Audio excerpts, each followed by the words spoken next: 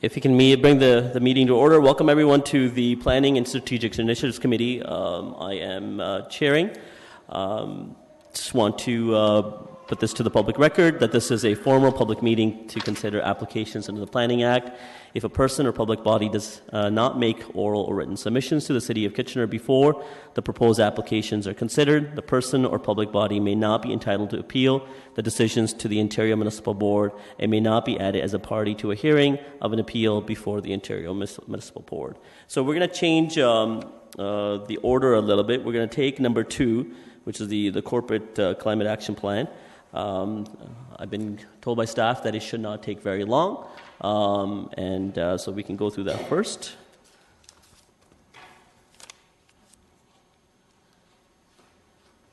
Ms. Major, you would have a presentation that you would want to bring forward to the committee first as information for those presenting tonight, as well as staff, as pursuant to committee rules.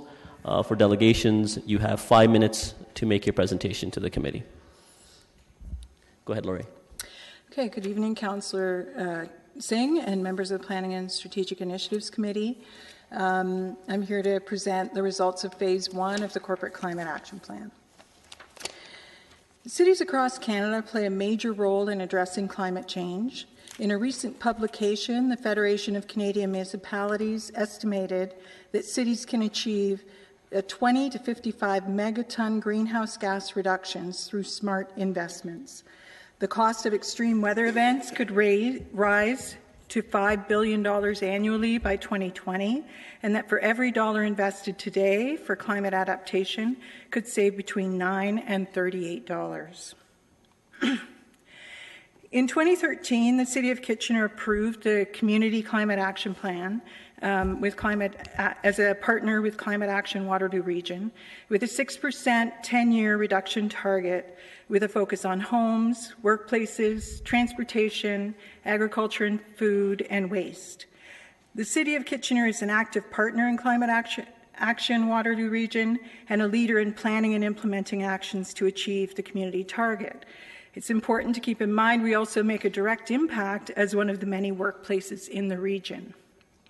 And that's the reason why we're preparing a corporate climate action plan to guide our progress in that area. In 2015, Council approved the terms of reference for the corporate climate action plan with direction to include both actions to reduce greenhouse gas emissions and actions to reduce the risk of expected climate change impacts.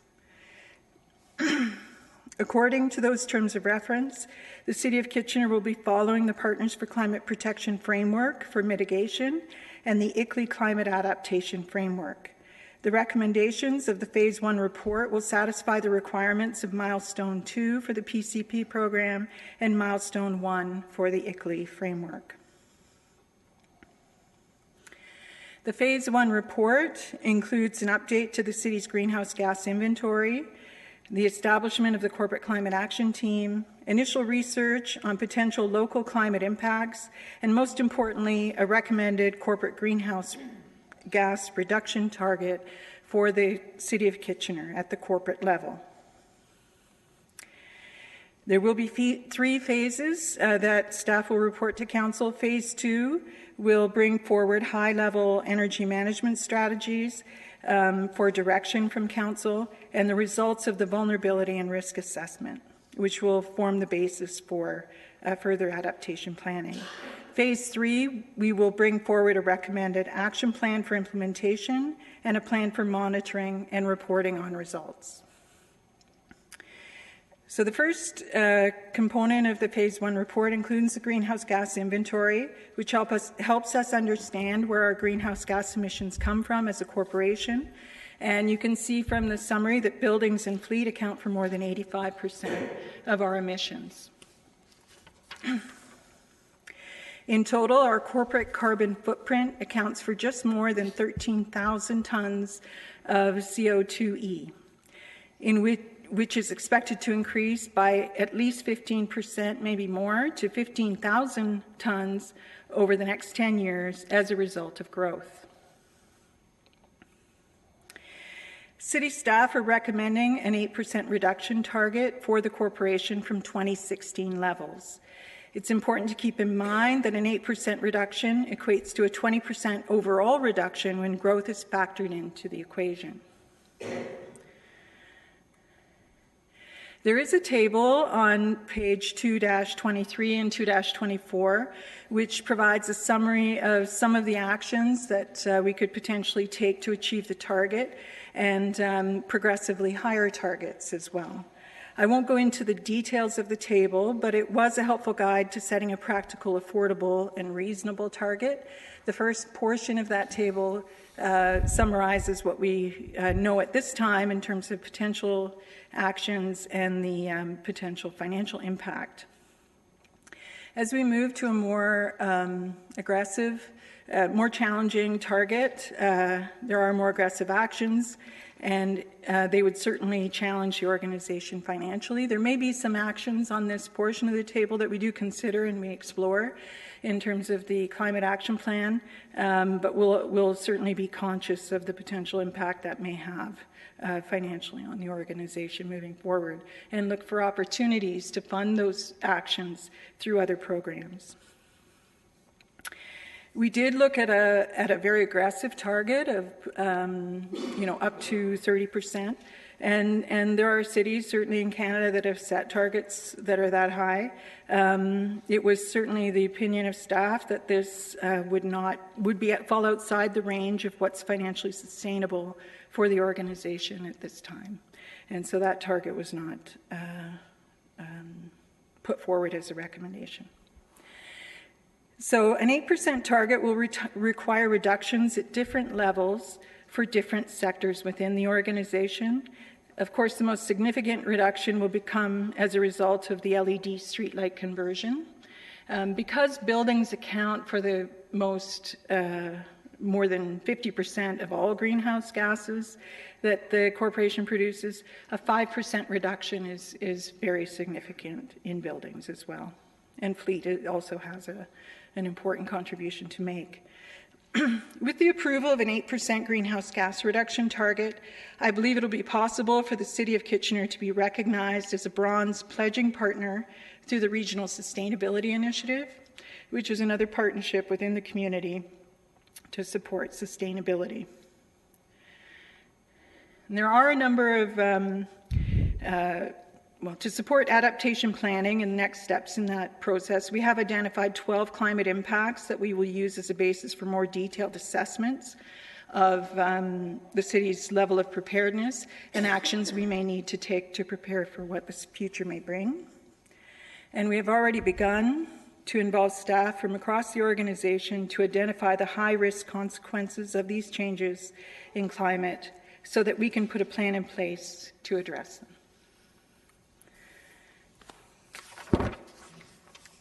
Thank you, Laurie. There are some questions. I'll take them in order. Councillor Marsh. Thank you, Chair Singh. Thank you, Laurie, for the presentation. I think this looks great, and it's very easy to understand the targets, even though it could be a very complex topic. So, if they're really, I don't have any questions. I just would like to move the motion at the appropriate time. Okay. Now, Laurie, there's other presenters too. Would you prefer to take questions at a staff level afterwards, combined, or would you like to answer them right now? Let's wait until you see the delegations. Okay. Perfect. Thought so. Can I have Matthew Day up? Mr. Day is from the Sustainable Waterloo Region. Welcome. Again, you have 5 minutes to make your presentation. Great. Thank you very much, Council, for having me. I'm speaking on behalf of Sustainable Waterloo Region in support of the motion to pass an 8% GHG reduction target and a 20% intensity target.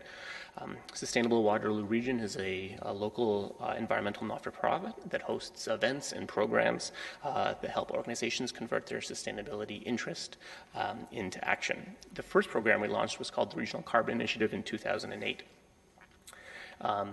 It focused on supporting organizational GHG targets. And because the program was developed largely by local business leaders and environmental experts, it really was a program built by the community for this community. In fact, just right downstairs is where most of the key decisions were made.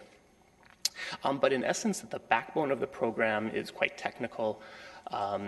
And it really takes a local consideration into all of the existing GHG reporting protocols there is out there. There's a lot, and especially ICLEI, the one that was mentioned in Ms. Major's report. Since then, the Regional Sustainability Initiative has developed significantly. We've grown our services, our framework, and the scope of the program to fit our local needs. In this way, it really is a product of our community's culture of growth and innovation. And this culminated last September in the launch of our Regional Sustainability Initiative that just happened down the road. While we still focus on GHG reductions, we also now encourage targets in waste and water. And our program has grown a lot since 2008. We now have 76 members. They have committed to reducing 50,000 tons of greenhouse gas emissions over the next 10 years. 20,000 tons have already been reduced. And 9 of the 10 largest employers in the region are members of our program. In fact, our members account for 14% of the entire workforce. By passing this motion to approve this target, the City of Kitchener will be joining many other sustainability leaders in our community as pledging partners. In turn, the Regional Sustainability Initiative will be able to offer the city and its staff various supports to help you meet your target. One support in particular I want to mention is our ability and our software to compare your existing emissions and your existing framework to other existing frameworks, especially those that the business community use.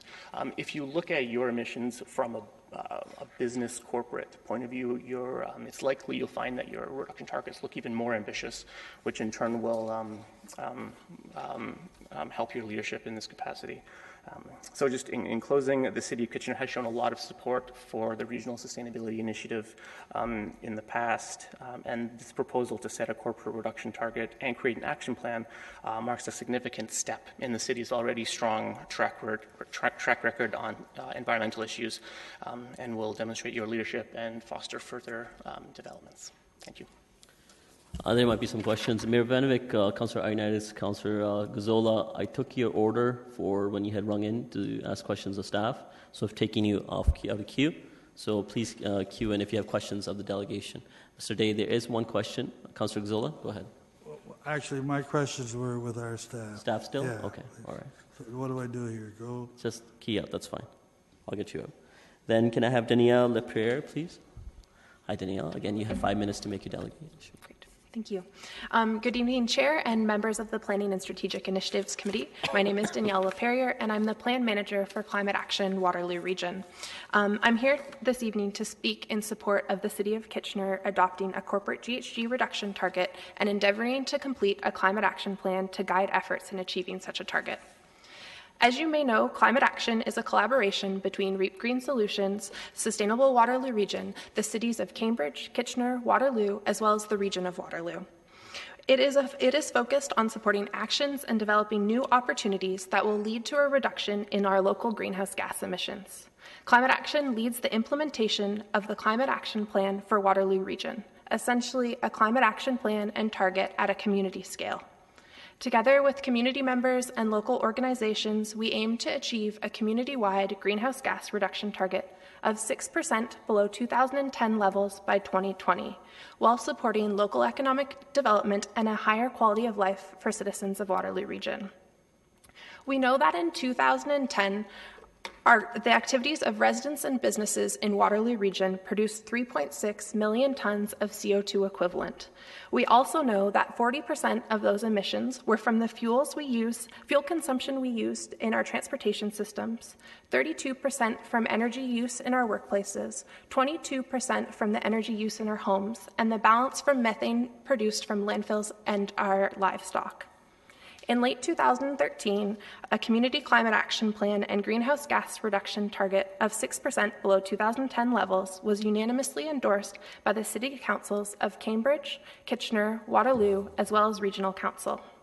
Since the endorsement, the City of Kitchener has continued to play an important role in the implementation of our Community Climate Action Plan. They play an ongoing representational role on our Management Committee and our Workplaces Sector Committee. We thank you for this continued support and collaboration and the leadership role the City of Kitchener has long played in this field. By setting a greenhouse gas reduction target of 8% below 2016 levels by 2026, the City of Kitchener will be adding its voice to a growing number of communities and commitments that within our community and beyond. This graph depicts the expected sources of reductions to achieve the Community Climate Action Plan. The blue section is those reductions expected as a result of the provincial phase-out of coal, as well as improvements in vehicle fuel efficiency standards. That orange section of approximately 185,000 tons is items already committed by community stakeholders like yourselves. That yellow indicates the gap. This is where your climate action plan, your corporate climate action would sit. You would start to fill this gap and support the initiative of our community achieving our target as well. Acting now is critical to support and supported by a vast amount of community members. The staff report presented today included a figure that in 2013, 89% of citizens wanted the city to focus on reducing the environmental impact of city operations. We've witnessed this community desire quite clearly just this past August right downstairs in the Rotunda. On August 18th, over 300 citizens came out and participated in a climate town hall to provide input to the Government of Canada in its development of a national climate change plan that meets our global commitments and secures the future citizens in Waterloo Region desire. The message of the town hall was clear. Waterloo Region citizens want action on climate change now. With your peer municipalities working towards corporate reduction targets ranging from 6 to 10% below their 2009 or 2011 levels, the provincial government targeting a 37% reduction by 2030, and the federal government committing to 30% reduction by 2030, and a clear display of local citizen support, the time to adopt this target is now. An 8% reduction below 2016 levels by 2020 is an admirable corporate target, especially considering your baseline year already accounts for the impacts of the coal phase-out, which makes a large portion of your energy use less carbon intensive. However, as your staff report indicates, municipalities have direct or indirect control of over 40% of Canada's total greenhouse gas emissions. As you consider this plan for your internal organization operations, I encourage you to continue your leadership role in actively and intentionally considering the greenhouse gas implications that your broader policy choices have on the community's carbon footprint. Thank you. Thank you, Danielle. There are some questions. Councillor Gazzola. Yeah, the more I listen, the more confused I get. So I'm hearing 8%, I'm hearing 6%, 30%, 37%. Let me ask you first, we had a 6% target between 2010 and 2020. So how have we done to the end of 2016? Have we met that target? I, at this stage, cannot release the results of that process. However, in May of this year, we will be coming back to Council with results of that community target. That is a much more robust baseline, so that includes community emissions from the entire community, not just the operations of the Corporation of City of Kitchener. So if you can't tell me 2016, how about the end of 2015? We chose to measure only every 5 years, so the first interim results will be shared this year. So we have no idea whether we've attained that. We're talking here about establishing an 8% factor, and we don't even know how we did on the past. Well, the province has, or the federally, we have a goal of 30%.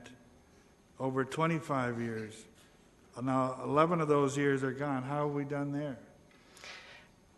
Federally, I cannot answer that question. Provincially, I would be able to. The province suggests that they've met their 15% reduction target at this stage.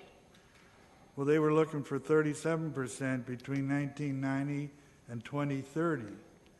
So if they attain 30, we're 26 of those 40 years have passed. Have they attained the 37%? At this stage, the province suggests that they are at a 15% reduction So below they're way- 1990 levels they're way as of off. 2015, So they're way off. with 15 years to go towards that 37% If they're- reduction. If they're only at 15% now, they got to go like hell in the last 15 years. I'm just curious as to whether the 8% is a pretty lofty goal. We're getting hit as a person or in the community. We're getting hit federally, provincially, locally, regionally. Is that possible? Through the chair, can I ask for a clarifying question of, is the 8% target possible for City of Kitchener? Well, no, I'm saying we want 8% just from what the city of Kitchener does, but as residents, we also have to work into the province's 37%. Okay, that's a different part. We also have to work into the federal goal of 30%. What's your question on the delegation?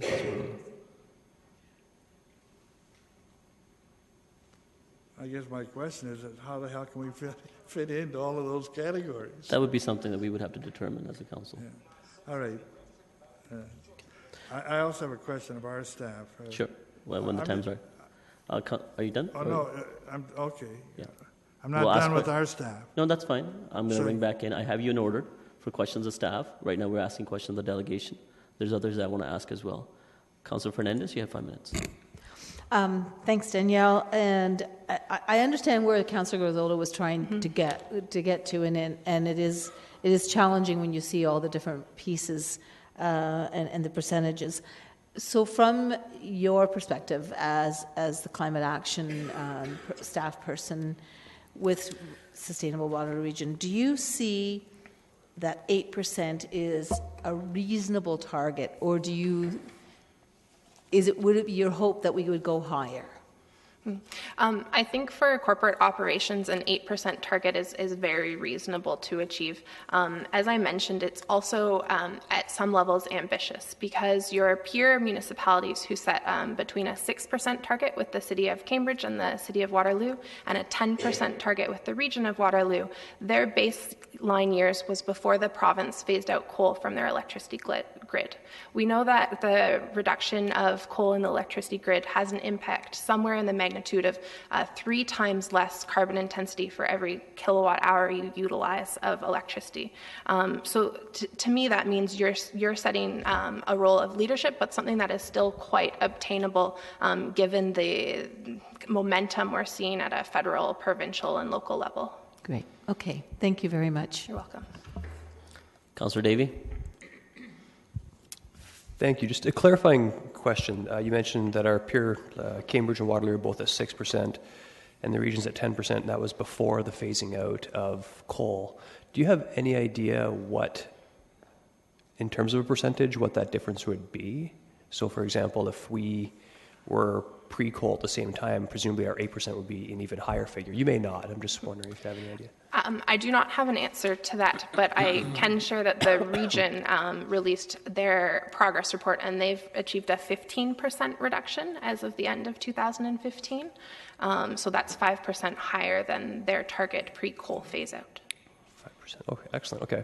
And again, I'm not sure this is a question of you or staff, but to Councillor Gazzola's point, there's a lot of levels of government on top of each other trying to achieve these results. And the one part I'm not quite clear on, if the municipality of Kitchener does reduce our carbon footprint, or let's say all the municipalities reduce their carbon footprint by, say, 8%, does that 8% come off of the province's or Canada's target, or is that just simply their own business that they have to look after? So the province sets a reduction target across all emissions that are produced within the province. So Okay. yes, it would reduce that. They also set targets for their own operations. Okay, so that takes a bit of pressure off them then. Thank you. You're welcome. Councillor Janetsky? Yeah, thank you. I know we're talking percentages here about the province here, and everybody's got certain goals to aim for, and so much has been done. The question that intrigues me is that there's so many tons of carbon dioxide that we're dealing with. That's the factor. And whether you're talking 2 or 2,000 or whatever, and the objective is to reduce it. And then you're saying there's so much comes from fleets, so much comes from buildings, so much comes from air conditioning or whatever. What I don't understand is how do you measure a ton of carbon dioxide? Mm-hmm. Like you don't see it, yet we breathe it out, and it comes from car exhausts and wherever, but how do you measure it? To give a visual representation, when we did the Community Climate Action Plan, 3.6 million tons, which is the community carbon footprint, would be the equivalent of a blanket across Waterloo Region that's 1.5 meters high. It's difficult to visualize that in terms of methodology and how items are measured. The fuel consumption that we have. Every vehicle has a fuel efficiency standard that has that indicates how much fuel it will utilize for a trip, and that fuel has a carbon equivalency. For example, I believe it is that 16 round trips to Toronto would be the equivalent of 1 ton of CO2 that your car produces. Does that satisfy the question, Councillor? Well, I think scientifically it's probably looked at when you look at a car emission. You put a sensor in there, an exhaust, and you measure it somehow, and so much fuel pollution comes out of it. And of course, more efficient the car, the less, etc. But it's still, I mean, if you want to measure how much dirty water there is, you can just sort of scoop it up out of a river or of a lake, and you can have 2 liters worth. But how do you measure air or gas? That's what boggles my mind. I mean, you come up with all these statistics. I still don't see it out there. Councillor Janeski, let's see if I'm staff just wondering can how give it's you in there. any extra information. Go ahead, Lori. Okay, through you, Mr. Chair. We did measure the corporate carbon footprint by taking into account all of the fuel that was used by the city. So we know how much electricity was consumed based on our hydro bills. We know how much natural gas was consumed based on our gas bills.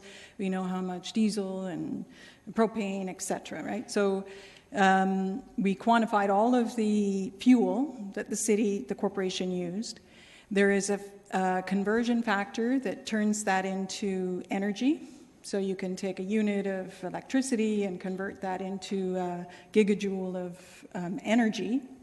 And that way you can convert all fuel types into a common energy factor. And then that then gets converted into carbon. And there are factors that the Partners for Climate Protection, they have a model, an online model. We just have to enter the data and it does the calculations and will tell us how much carbon we're generating into the environment based on the amount of fuel that we consume. And I can appreciate that, but usually the fuel that goes out usually dissipates through the air eventually, or does it become smog? Councillor Janeski, I'm just confused on the relevance to the report. Sorry? I'm confused with the relevance to your question. I know you're trying to get a better understanding of how... well, I'm looking into the body of the report. Right. So I think staff try to answer it, but... well, I know you go scientifically. You know how much energy you use based on your readings, what you pay. Then there's a conversion factor. You get the scientific information, and you come up with a figure. And I can understand that. And then you just come back and say, when you add up all those figures, we fit into a certain category. And I can understand that. I still have a hard time to visualize it. That's just where I'm coming from. That's fine. You've answered my question, but I'm not content. You did your best. That's fine. Perhaps if there's actually documented information, staff can send that to the councillor before the council meeting. So. And I'd be happy to share additional information. Sure. I have reports and other things that may help clarify. Thank you. That's all the questions for you, Danielle. So the order is of those that had questions of staff. Bear with me.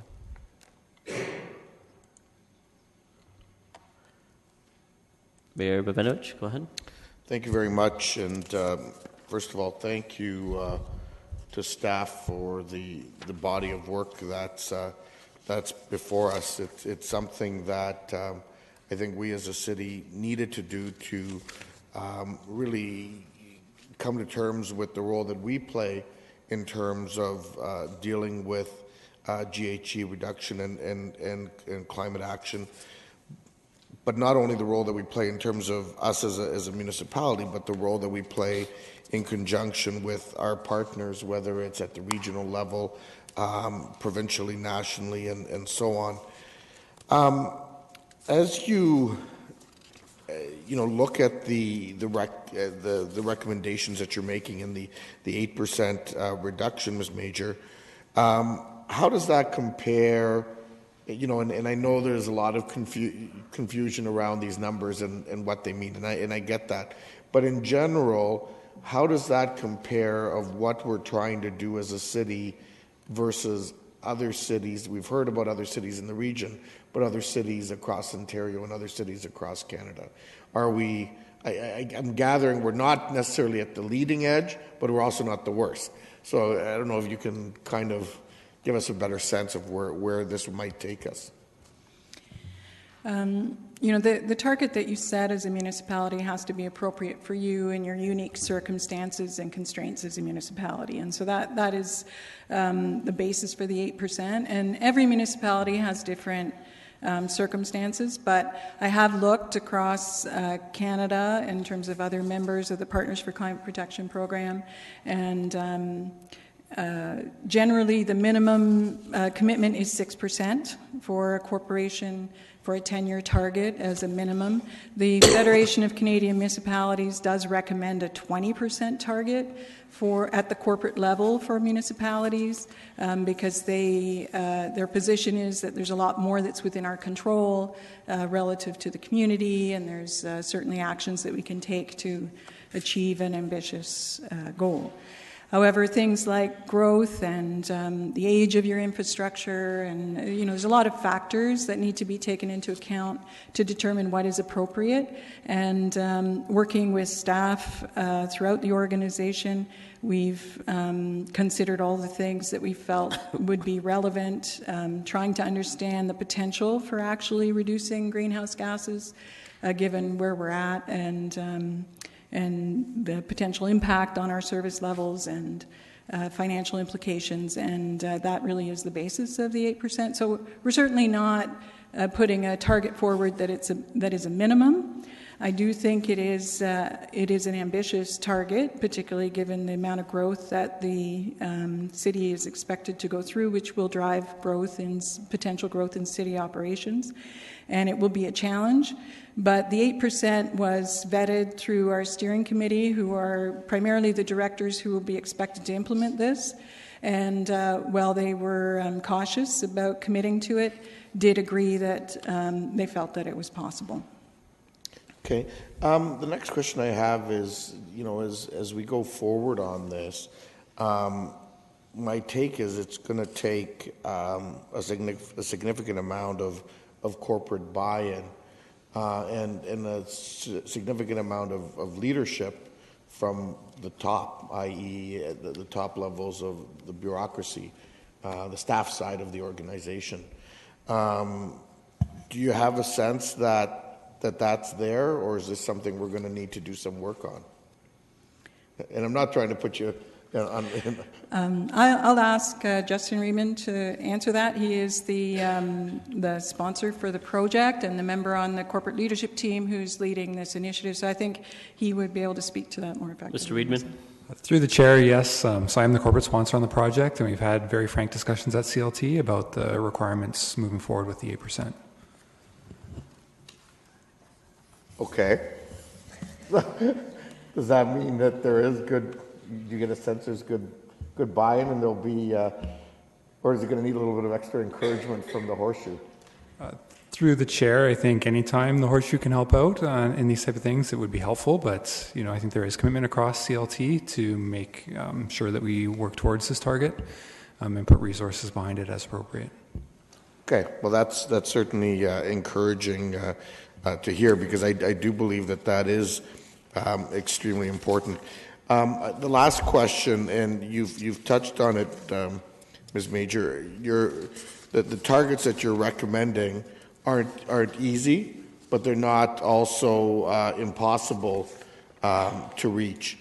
And I mean, is part of the intent here that we should strive for something that is going to take some pain? In other words, sort of the old saying, "No pain, no gain," to get there.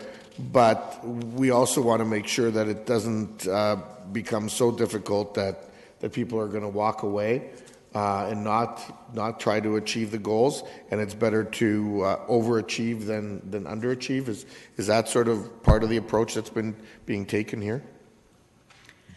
Through you, Mr. Chair, rather than use the word pain, I would say innovation and creativity, which is something we're known for as an organization. We're certainly surrounded by an innovative and creative community, and we're certainly not shy of a challenge, right? So I do think we have what it takes to do this. I do think there is absolute commitment to do it. I think that's a part of the reason why it took us so long to set a target, because we wanted to make sure if we're going to do this, we're going to do this. And I certainly believe with all of the stakeholders that I've talked through this process within the organization that there is commitment to make this happen. And while we may not have all the answers at this moment in terms of exactly how it will happen, that we will find a way to make it happen, and we'll approach this in the way that we approach all of the other challenges we face as a city to get the job done. Okay, thank you very much. Councillor Gazzola. Yeah, I just want to go over your math to help me understand it. At the end of 2015, we we produced 13,000 tons of CO2. I'm trying to figure out what in terms of tons, what our goal will be for that next period. What is the figure?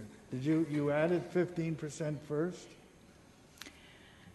Okay, so on page 2-26, table 3.3, it gives a summary of the target by sector and the total tons that is the target. So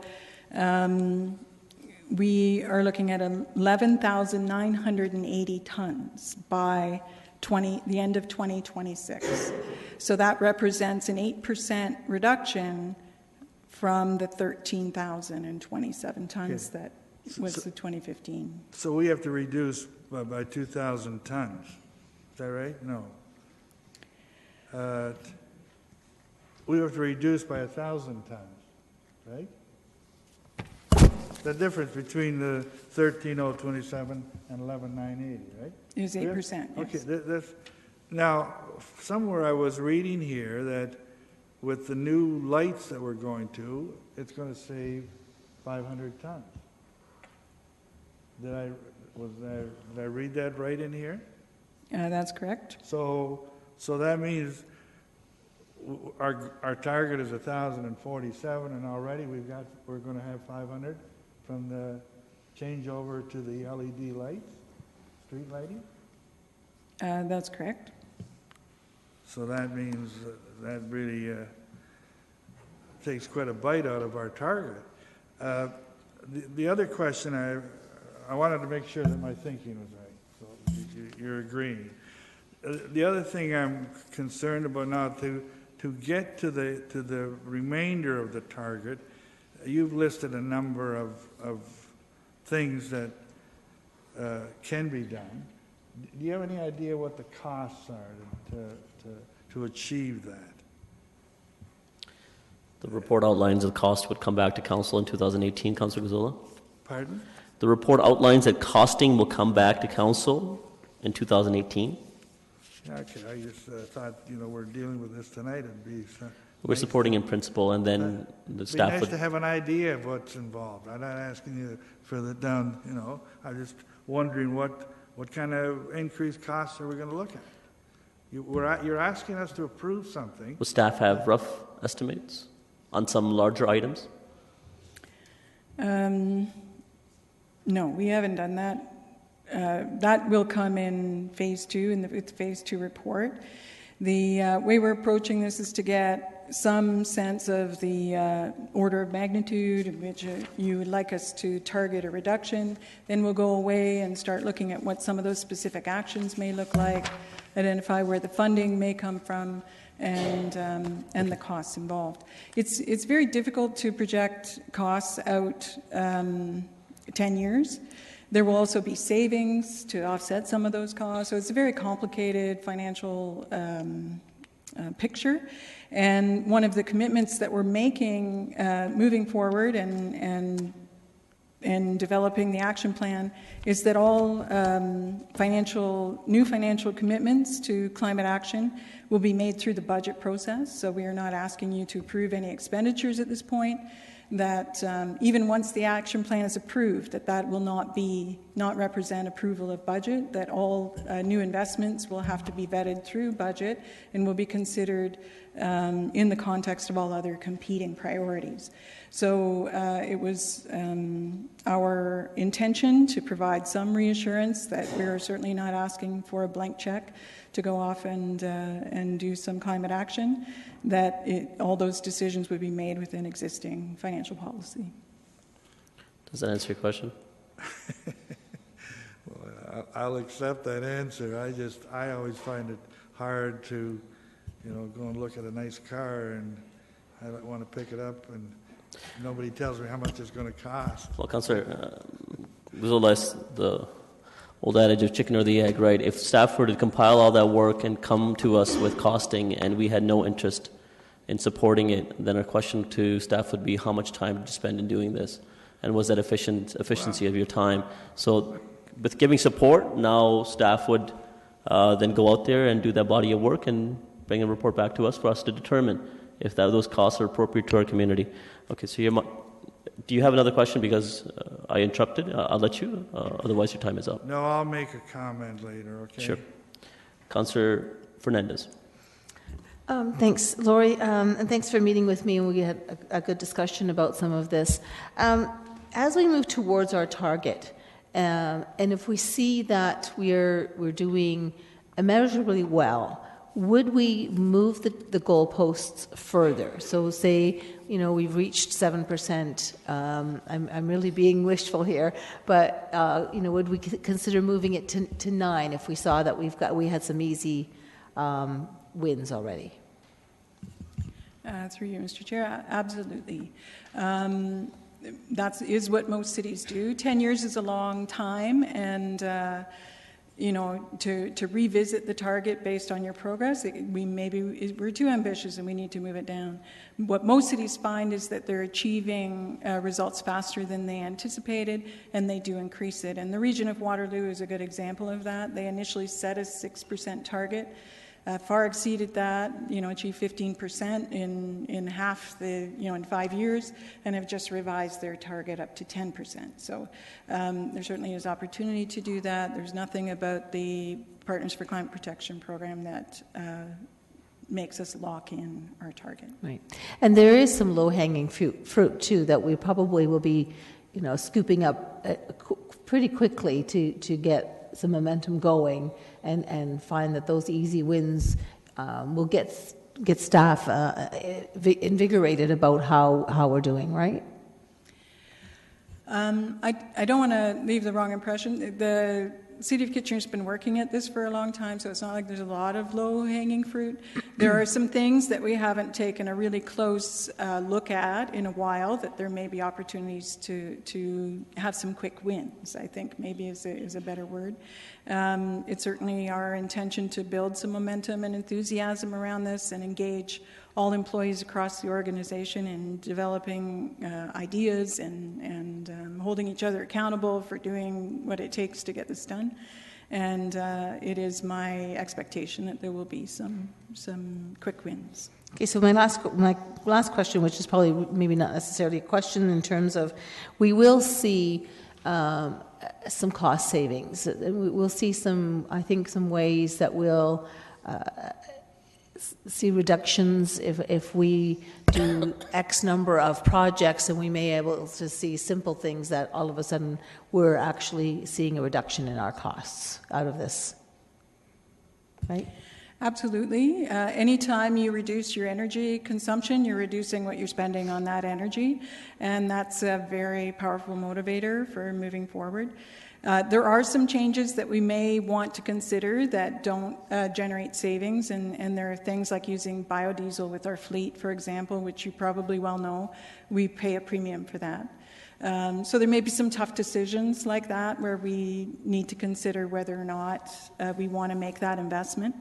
But for the most part, by and large, long-term, we may need to make some short-term capital investments to achieve medium to long-term operating savings in terms of the energy that we consume. Okay, thank you very much. Councillor Davey. Sorry, just one quick question then. So we've chosen, or we're about to choose the target, I believe. But does that preclude, when this comes back, having, like, let's say staff goes through and realizes that they can achieve the 8% relatively, I'm not going to say easily because it's not going to be easy, I get that. But I guess I would like more of an a la carte approach where, yes, we can go to 10%, but this is what it's going to cost. Is that possible? The report will come back in 2018 with those sorts of figures? Yes, it is very possible. Excellent, thank you. Thank you. Those were all the questions of the committee. I do have some questions. I do take a pause. Absolutely, without a question, these are the right steps to take. But at the same time, sometimes the right steps to take do cost and have an impact on the taxpayer. And the taxpayer has already been facing and compounding on some of those stresses, like the carbon tax, with the increases to their gas utility bill. Now, with the costing of this, are we able to incorporate, like, for example, with the cap and trade, the local municipality or city or corporation can do local improvements to mitigate on the GHG, so that can have a reduction on what they need to, go out there and purchase on the for credits for the cap and trade? Are we able to cross-correlate so that we're not having to do, we're not doubling the effort? Not that it's a bad thing, but again, it costs. So are we able to reflect on both sides? So the efforts that we're doing to, reduce our costing for the cap and trade program, that will have a reduction on the greenhouse gases, and at the same time, can that be incorporated as part of the percentage for our target of 8%? Yes, so if through the cap and trade program we make changes to utilities in the way that we operate it to reduce the amount of energy it uses and its carbon footprint, that gets included in the overall corporate footprint. So it should have a positive impact and count towards achieving our goal, yes. Okay, so hearing our street light conversion program to the LED lights, that will have an automatic effect. That's something we've already costed. It's in our forecast, in our budget. It's not an extra cost, so that would have a reduction. It's clear to see that 8% seems like a glaring number. How are we going to achieve it? But it seems like we're already on the steps to do it, and over a 10-year, it doesn't seem like a very difficult goal. Is that fair to say? 2026. I haven't yet explored how, the difficulty in it, so I don't want to make a blanket statement that it's not difficult. I think it's achievable, but I do think there will be challenges. Okay. Well, I would only add my comment. I hope that we don't broaden that challenge even further. On personal opinion, again, I've already referenced the efforts that we're already making, or the impact that this community is already having to face with the requirements that the higher orders of government are putting on us. And so just because we can easily achieve the 8%, I hope that we don't start considering, okay, then let's do 15. Not to say that 15 is a bad thing to do. Ultimately, it's better for us. But again, we have to be reflective of what the cost is going to be to the community as well. I'll take comments. I made mine of the committee. Mayor Brnovich, go ahead. Thank you very much. And as I said earlier, thank you to staff for the body of work that they've done on this. I think as we know from previous discussions around this horseshoe and things that we've learned from through FCM and the initiatives of our community partners, that are represented here today and were the delegations that we spoke of earlier. This region has recognized the importance of playing our role in terms of dealing with issues associated with climate change and GHG reductions. I'm very pleased to see this report and these recommendations before us this evening. Yes, it took us a little longer perhaps than some of the other municipalities to actually see a corporate goal come forward, but I'm also pleased with the fact that we're not taking the easy approach in terms of setting a goal that we want to achieve, but we're also not taking initially at least an approach that's unattainable and that would simply see the community and the staff and this council get frustrated with the notion that we can't achieve what we've set out. The reality is that cities have been at the forefront of dealing with these issues for some time, long before the Paris Agreement that was reached at COP21. And we will continue to be at the forefront because I think national governments recognize that the only way we will achieve these goals collectively is by seeing the various orders of government working together to do that. And I think tonight we are hopefully going to be taking our step forward in this regard. And I look forward to paying close attention to this and seeing how we can quickly move towards these goals and hopefully even surpass them. Thank you. Councillor Gazzola? Yeah, I'm prepared to support where we're going. I don't think we have any choice. It would be nice. We're doing more and more of we approve ideas and then we find out what it's going to cost. It would be nice when we're approving something, if I were to hear tonight that to go down this road is going to increase the cost to our levy to our customers by 5-10%, I'd like to think twice about it before I'm approving it. So I guess we have no choice to do something. It would be nice to have a little more information as to what the impact will be. I did have a question. I'll just leave it at. I wonder what happens down the road if we do all of this, but if the whole world isn't pitching in. What do we do? What do we accomplish? Is that a? I'll leave that question in the air. Thank you, Councillor Gazzola. Those are all the questions of the committee. The item is before us. Can I have a mover? Oh, I see. Yes, I do remember. Councillor Marsh had already said she had keyed in that she wants to move. Moved by Councillor Marsh. All those in favor? Okay. Recorded vote's been asked. Mr. Clerk.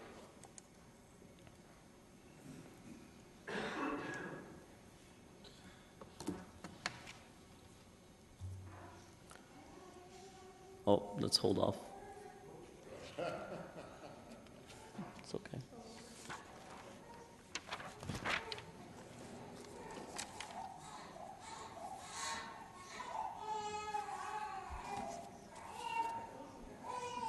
All those in favor, please stand. If able. Opposed? And that carries. Thank you. Thank you to staff and the delegations. So this will go to the council meeting for it to be ratified through council. It has been approved through the committee. Okay. Item number 2 is for the zone change, ZC 16-007-0-BB for 751 Ottawa Street South.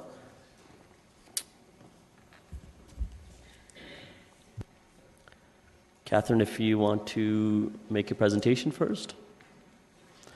Again, a reminder to staff as well as any delegations to this report. You have 5 minutes to make delegations. Go ahead. Thank you, Chair Singh. Tonight I'm here to speak to a zone change application proposed for 751 Ottawa Street South. Just before beginning my presentation, I want to make the committee aware that staff have identified a minor clerical error in the staff report in the recommendation section, as well as the attached bylaw. The proposed bylaw is dated January 8th, 2016, whereby it should be dated January 8th, 2017. This error has been identified and will be rectified prior to a decision being made. So the subject property at 751 Ottawa Street South is located on the southeast corner of Ottawa Street South and Strasbourg Road. Ottawa Street is a regional roadway and Strasbourg is a city roadway. Both are major arterials supporting large volumes of traffic. So the property is approximately 0.24 hectares in area and is currently vacant. The previous use of the property was a gas station, and the site was remediated of any contamination prior to sale, and all buildings have since been demolished. Across from the property are commercial land uses in the form of large-scale commercial plazas across Ottawa Street South and a gas station across Strasbourg Road. Further down Ottawa Street in both directions are fast food restaurants. Behind and adjacent to the site is low-rise residential land uses, primarily single-detached dwellings and semi-detached dwellings. The current zoning only allows for a gas station or a car wash, which is why the applicant has requested to change the zoning to C8 in order to permit additional commercial uses on the site, including a restaurant, which is proposed. It should be noted that the zoning does not differentiate between a sit-down restaurant and a drive-through restaurant. However, because staff knew through the review of the site plan application that a drive-through was proposed, we were able to incorporate special regulations to inform the design of the site and ensure compatibility. So staff met with the neighboring property owners at a neighborhood information meeting and have had ongoing discussions since the initial circulation of the application. The proposal has been modified as a result of these discussions, including the addition of special regulations dictating the location of the building. Noise and light issues, as well as privacy and safety, have been addressed through fencing and landscaping. And the proposed fence will be a minimum 8-foot-high wood fence designed to form an acoustical barrier. It's difficult to assess the impact of emissions as the site is located at a busy intersection, making it difficult to pinpoint a source. Garbage and odors are addressed through a deep well garbage system and by locating the grease trap internally to the building. Traffic volumes are not an issue as the site is located on a busy intersection of 2 arterial roads designed to accommodate large volumes of traffic, making this an ideal location for this use. And lastly, based on information provided by MPAC, zoning does not necessarily influence property values. And I note that many of the issues raised were primarily design concerns that have been considered during the review of the site plan or are not necessarily land use planning considerations. The site plan will address specific details such as the appropriate location and containment of garbage. It will apply lighting standards that limit light trespass and glare on neighboring properties, as well as tree management and snow removal. So all in all, staff is satisfied that the location of the subject property at the intersection of 2 arterial roads is appropriate for the proposed use. The size of the site is appropriate to support the proposed use with respect to access, building separation, and site circulation. And this has been confirmed through the review of the site plan and the detailed design of the site. The use is compatible with the surrounding commercial and residential properties, and the C8 zone will allow for a broader range of uses that are more in line with the planning direction for this area of the city. And lastly, consideration has been given to the design to ensure the use is compatible with the neighboring residential properties. Accordingly, planning staff recommends that the zone change application be approved, and I'm happy to answer any questions of the committee. I'd also like to note that the owner, consulting team, and A&W representatives are here tonight and can speak to the application and respond to any questions related to the day-to-day operations. Thank you. Catherine, because you've outlined that some effort has been made on the site plan to mitigate the concerns outlined by the residents, can you just highlight some of them, or if you even have a site plan, if you can show? I do, yes. Yeah. So here's the site concept. It's a So little if you hard to can read. just enhance on the concerns and what steps are being recommended through the site plan to mitigate. Absolutely. So as a requirement of the zoning bylaw, a minimum 6-foot visual barrier is required abutting the residential properties. And so we've requested that the applicant go above that, and they've agreed to construct a minimum 8-foot fence. The garbage system will be contained through a deep well garbage system set back approximately 16 meters from the adjacent residential properties, which stores the waste actually 1.5 meters below grade, reducing and eliminating any odors from being emitted from the system. The building design itself, we've encouraged the applicant to push the building as far away as possible from the adjacent residential properties, and that we've incorporated as special regulations informing the exact location of the building as shown on this site plan. With respect to the drive-through, it's been located as far away as possible, again, from the residential properties, and the intercom system has been located on the opposite side of the building, directed towards the corner. Those are a few of the considerations we've had. Inclusion of a 3-meter landscape buffer between the fence and the parking as well. Things like lighting will be considered through the lighting plan, and will ensure the City of Kitchener standards are abided by. Thank you. As I'm sure those are going to be outlined through the delegations, and I just wanted to make sure that we respond to them beforehand for the benefit of the committee as well. And if you can just leave that unless some other presentation needs to be put up. So committee, again, we have delegations as well, so if you have questions of staff, clarification, sure, go ahead. Mayor Vinovich. Thank you. Just one question. Wondering if staff can indicate to us where previously, as I recall, there was a service station here with gas as well, like so a place that fixed cars and sold gas. Where was the building located at that time? Through the chair, through the aerial imagery, you can generally see how the site had been developed. The location of the building was closer to the semi-detached dwellings down on the southern portion of the site. And then the gas bar itself was located more central to the Are you able to outline with a cursor, with a mouse cursor? Oh.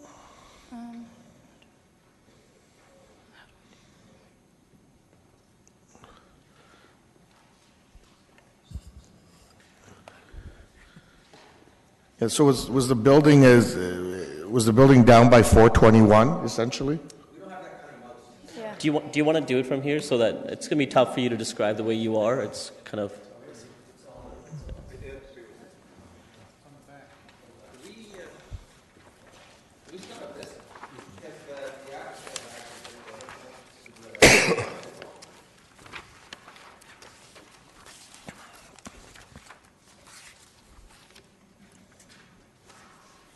That helps. Thank you.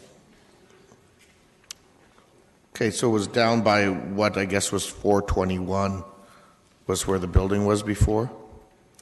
That's correct. Okay. And so in this particular situation you're trying to move it significantly away from there? Is That's that correct? correct, yes. Okay, thank you. Okay. Is that it?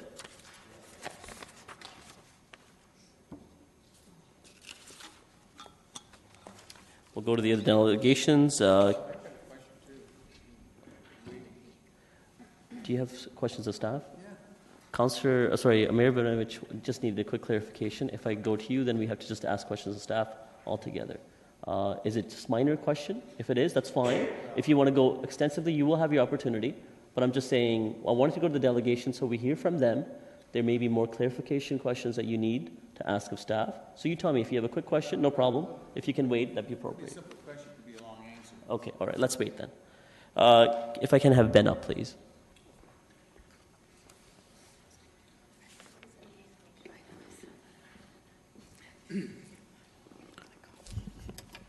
Good evening, Mr. Koo. You have 5 minutes to make your presentation. Thank you.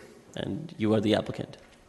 Good evening, Mr. Chair, Mr. Mayor, councillors, city's planning staff, our neighbors, and the members of the media. My name is Ben Koo, the owner of the property. I am a current resident of Cambridge and have been there for the last 30 years. I am also a very proud graduate from Wilfrid Laurier University in 1985. Now, I thought I was going to speak after the technical part of the presentation, but you will be hearing from my hardworking planner and the drive-through consultant regarding the proposal that we're proposing in front of you from going from C7 zoning, which only allows a gas bar and a car wash with a drive-through. That's all it can build. To a C8 zoning, which will allow a more or less abusive use, such as restaurants with a drive-through application here that we're proposing today. I just wanted to share some background information about this property with you tonight. When I purchased this property, the seller of the property, which was Petro-Canada, was in the process of remediating the contamination that was caused by a previous gas station, specifically in regards to the underground hydrocarbon contamination from the underground storage tanks. One of the conditions of the purchasing this property was to complete the remediation process. This involved producing extensive reports from my environmental engineers required by the Ministry of Environment to achieve what we call a record of site condition. As a result, this site now is completely remediated from the hydrocarbon contamination caused by the previous gas station. A complete and detailed information is available on the Ministry of Environment's website. So after the record of site condition was completed, now I've eliminated, as a developer, one of the biggest concerns that I have, which is a contaminated site. Now I have clean land to build something on it. And I also have C7 zoning, which will only allow for me to build a gas bar and an automatic car wash with a drive-through. Now, as a prudent, I hope, developer, I'm asking myself, do I build another gas station after going through this kind of disaster with contamination? Some of the concerns that I had rebuilding the gas station was, number one, again, the underground fuel storage system that will store at least 100,000 liters of gas or more. Number two was the tanker trucks coming in and out of the traffic of this plaza. Now, it's not only the trucks coming in and out, there's a human element to refueling the gas station. I don't know if you smell some gas and all that when refueling trucks were at the station, refueling the station. Any human error could cause some disaster there as well. I was also concerned with the lights or the bright lights from the canopy of the gas station that will interfere with the neighborhood. As far as the automatic car wash was concerned, I was concerned with the noises from the dryers and the vacuums from the car wash. So my objective was to find other less abusive land, abusive use for this land and for the neighbors. This is where we got to the current tenant, A&W. Our proposal to build A&W started about a year and a half ago, starting from pre-consultation meeting with the City of Kitchener's Planning Department. And from that meeting, it was clearly stated to me the objective from the planning staff was, number one, public safety and neighborhoods concerns. As the time went by, as a result of many meetings and site plans went back and forth between the city staff and our team. So here's some of the highlights that ended up as of today. If I can get that to the next slide. Oh, this is it? Oops. Oh, this is the rendering of our proposed state. There's a site plan. Where's the, okay. Number one, the first highlight is for us to construct a concrete median on Ottawa Street so that the traffic from Ottawa Street cannot make a left-hand turn into the plaza, or any customers leaving the plaza cannot make a left-hand turn to merge to Ottawa Street. It'll only be right in, right out for the safety of the drivers at this location. The second highlight, of course, the cost of constructing a concrete median is borne by the developer, which is me. The second item is currently we have 2 access off Ottawa Street, and the city planner's recommendation, and we have accepted, will go from 2 access points to 1 access point, moving that access point as far away from the traffic signal as possible, which led us to relocate the bus shelter that's currently there to a little up towards the traffic light. Again, the cost of relocation of the bus shelter is borne by the developer. Again, that's me. The third item was a long process. City's planning staff asked us to prepare at least 5 site plans that puts the drive-through as far away from the neighbors as possible. Mr. Q, if you can start wrapping up, please. Your 5 minutes are up. If you can start wrapping up. Okay.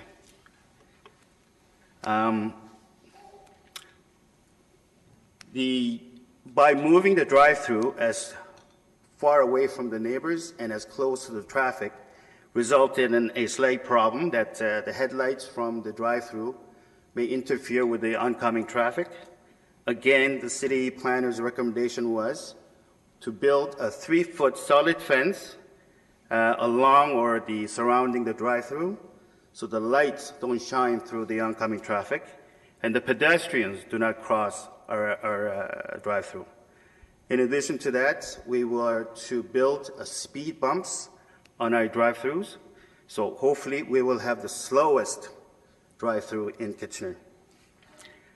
After the 3-foot fence is the cost borne by the developer. And after the neighborhood meeting on December 15th, met 4 of our neighbors, very nice people, shared our proposals, and as a result, we were talking about some items on more of a site plan issues regarding the fencing, the material of the fence, the height of the fence. We proposed a 6-foot fence, and our noise impact study indicates really we don't really even need a fence because there's so much noises generated by the traffic. We offer a 6-foot fence. After the neighborhood meeting, we decided that we're going to build an 8-foot fence that has to be engineered fence.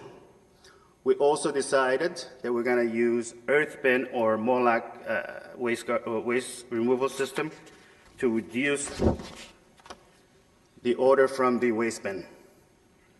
In summary, Mr. Chairman, I strongly believe that 1.5 years of very thorough, extensive, and detailed planning has been done with the participation from the city staff, the regional staff, and including our neighbors. I know that our proposal today for the zoning change not only meets the city's requirements, but exceeds in many areas. Thank you. Okay, thank you. There are some questions. If I may, I just want to add one comment off the council, the presentation of the council. Our property and our proposal has been on, I guess, KW record. Just for the record, I was not contacted from the media, and I've expressed my concerns to, I think, Catherine Thompson, a reporter, who had a chance to give me a call or get our side of the story, but we didn't get the chance. Well, that's fine. That's what the purpose of tonight's meeting is. It's a public meeting, so we'll hear from both sides. So there are questions of you, Mr. Koo. Councillor Schneider? So I'll wait till Okay. Councillor Ioannidis? Yes, thank you. Thank you for coming in. It sounds like you've done quite a bit of work with staff to mitigate a lot of concerns, and I do appreciate that. We have. The one question I have is, when it comes to the drive-through in particular, where are the customers going to be ordering on this rendering? Is it where the yellow car is?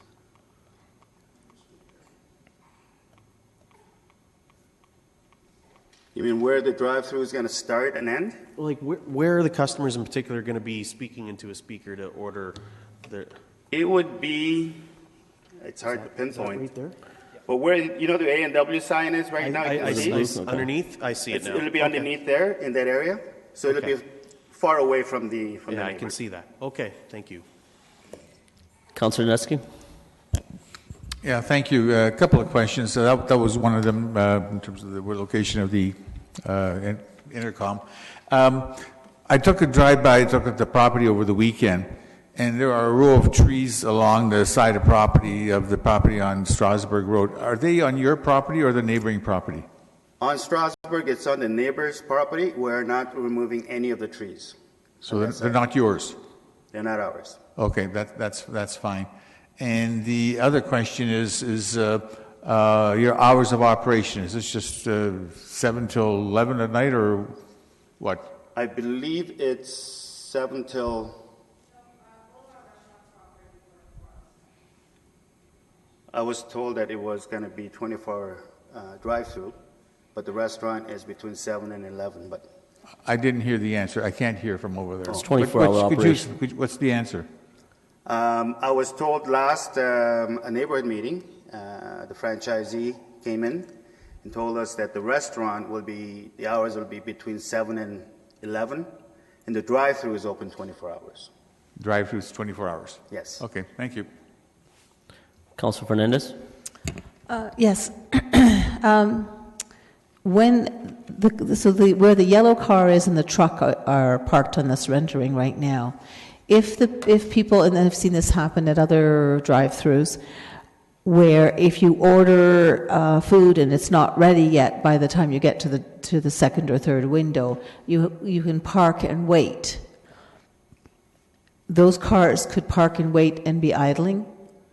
The operation details, I'm not exactly sure about that, but the studies we've done with the drive-through traffic impact study, that the maximum at the height of the business, which is lunchtime, we require 5 cars in our drive-through from the ordering desk to the pickup window. The average time, I was told, was around 60 seconds from the time they order it and pick up the food.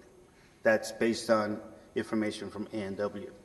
Right, but that's not what I'm asking you. I'm asking you if the food is not ready by the time the customer gets to the window. Often the customer is asked to go and sit in a lie-by parking area.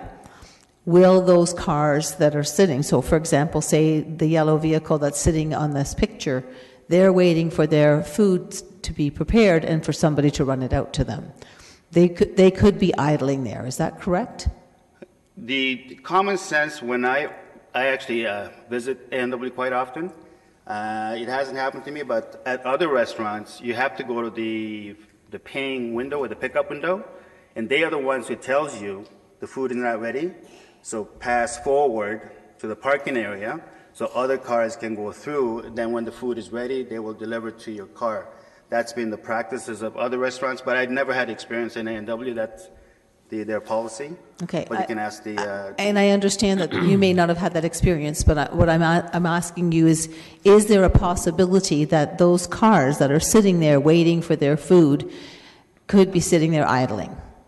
I don't think so, because they have to go to the pickup window to find out that their food is not ready.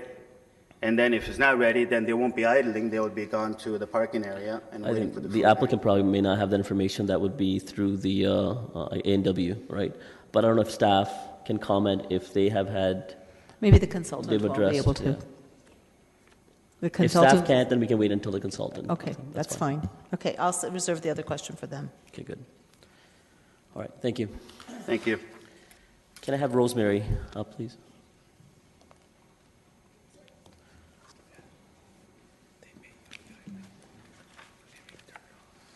Welcome, Rosemary. You have 5 minutes to make your presentation. I don't have anything written down, so That's okay. I'm just going to fly. Yeah. So we live on 89 Roberts Crescent, and we back onto the new property.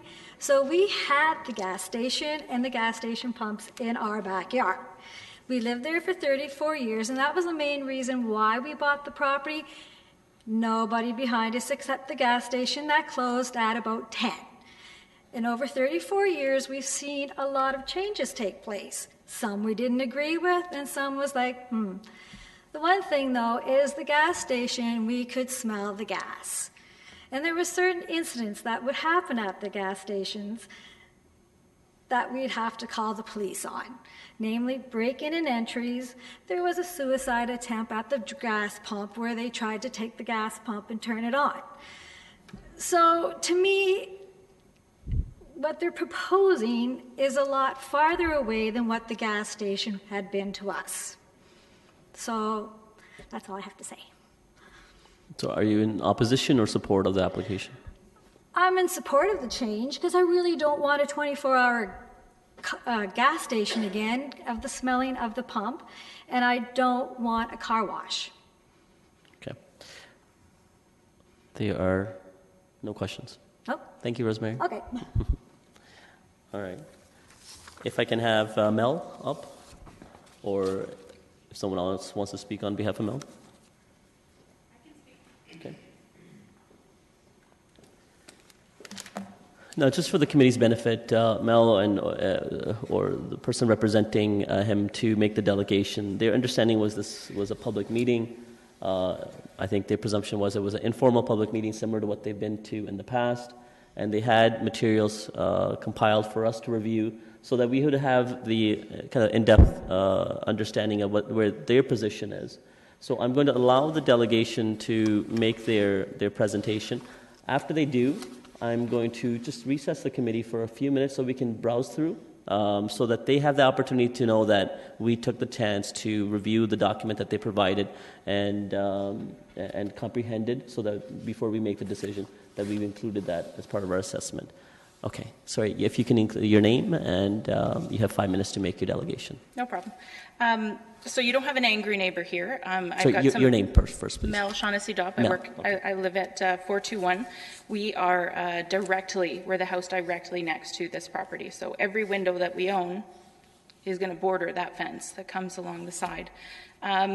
So this has been the last meeting that my husband attended. I was in Calgary for business.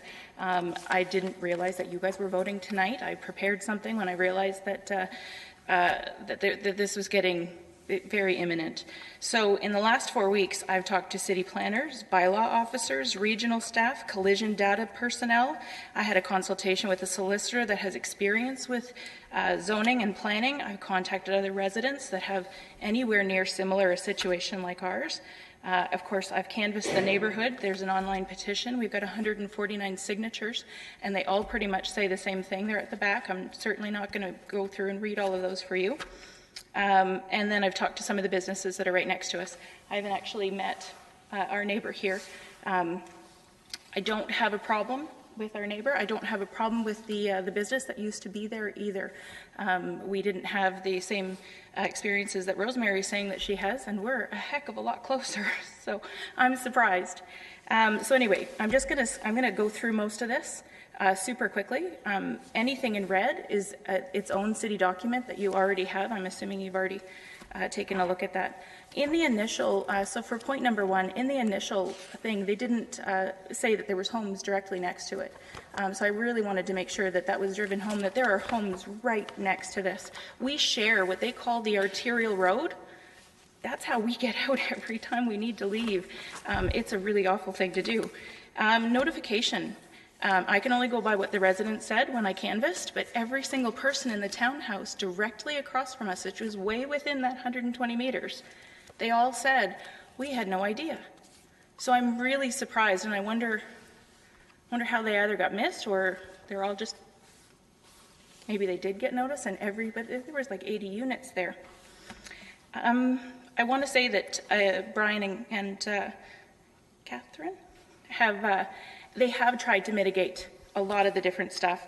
However, there's a whole bunch of statements that are in the official document that I don't like. Compatible with the neighboring residential properties.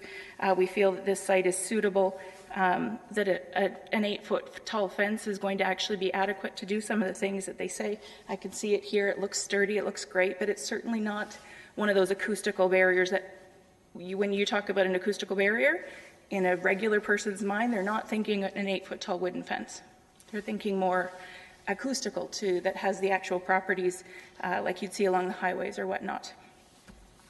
KW Record did an article. I'm very sorry that you were not included in that. I know that they had already spoken with Brian before they got they called me.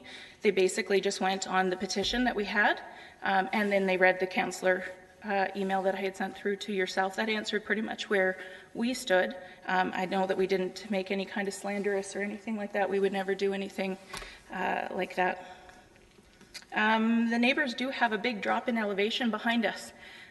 So I know I'm here to fight for myself tonight as well, but the neighbors have at least a 3.5 to 4 foot drop. So an 8-foot tall fence is going to have to accommodate that drop. And so really they're only going to end up with 4 feet above that. Lots of stuff here: noise, light pollution, increased emissions, garbage, litter. They really have addressed a lot of these. Let's talk about food smells. It's not always about garbage. Okay, I'm a fluffy girl. I don't need to smell good smells either. I don't want to be made hungry in the middle of the day. There's a reason we don't build fast food next to schools and that kind of stuff. It's a sensitive issue. So it's not just about that burying the garbage. I believe that what they've provided there is going to do that. Kitchener's buffering.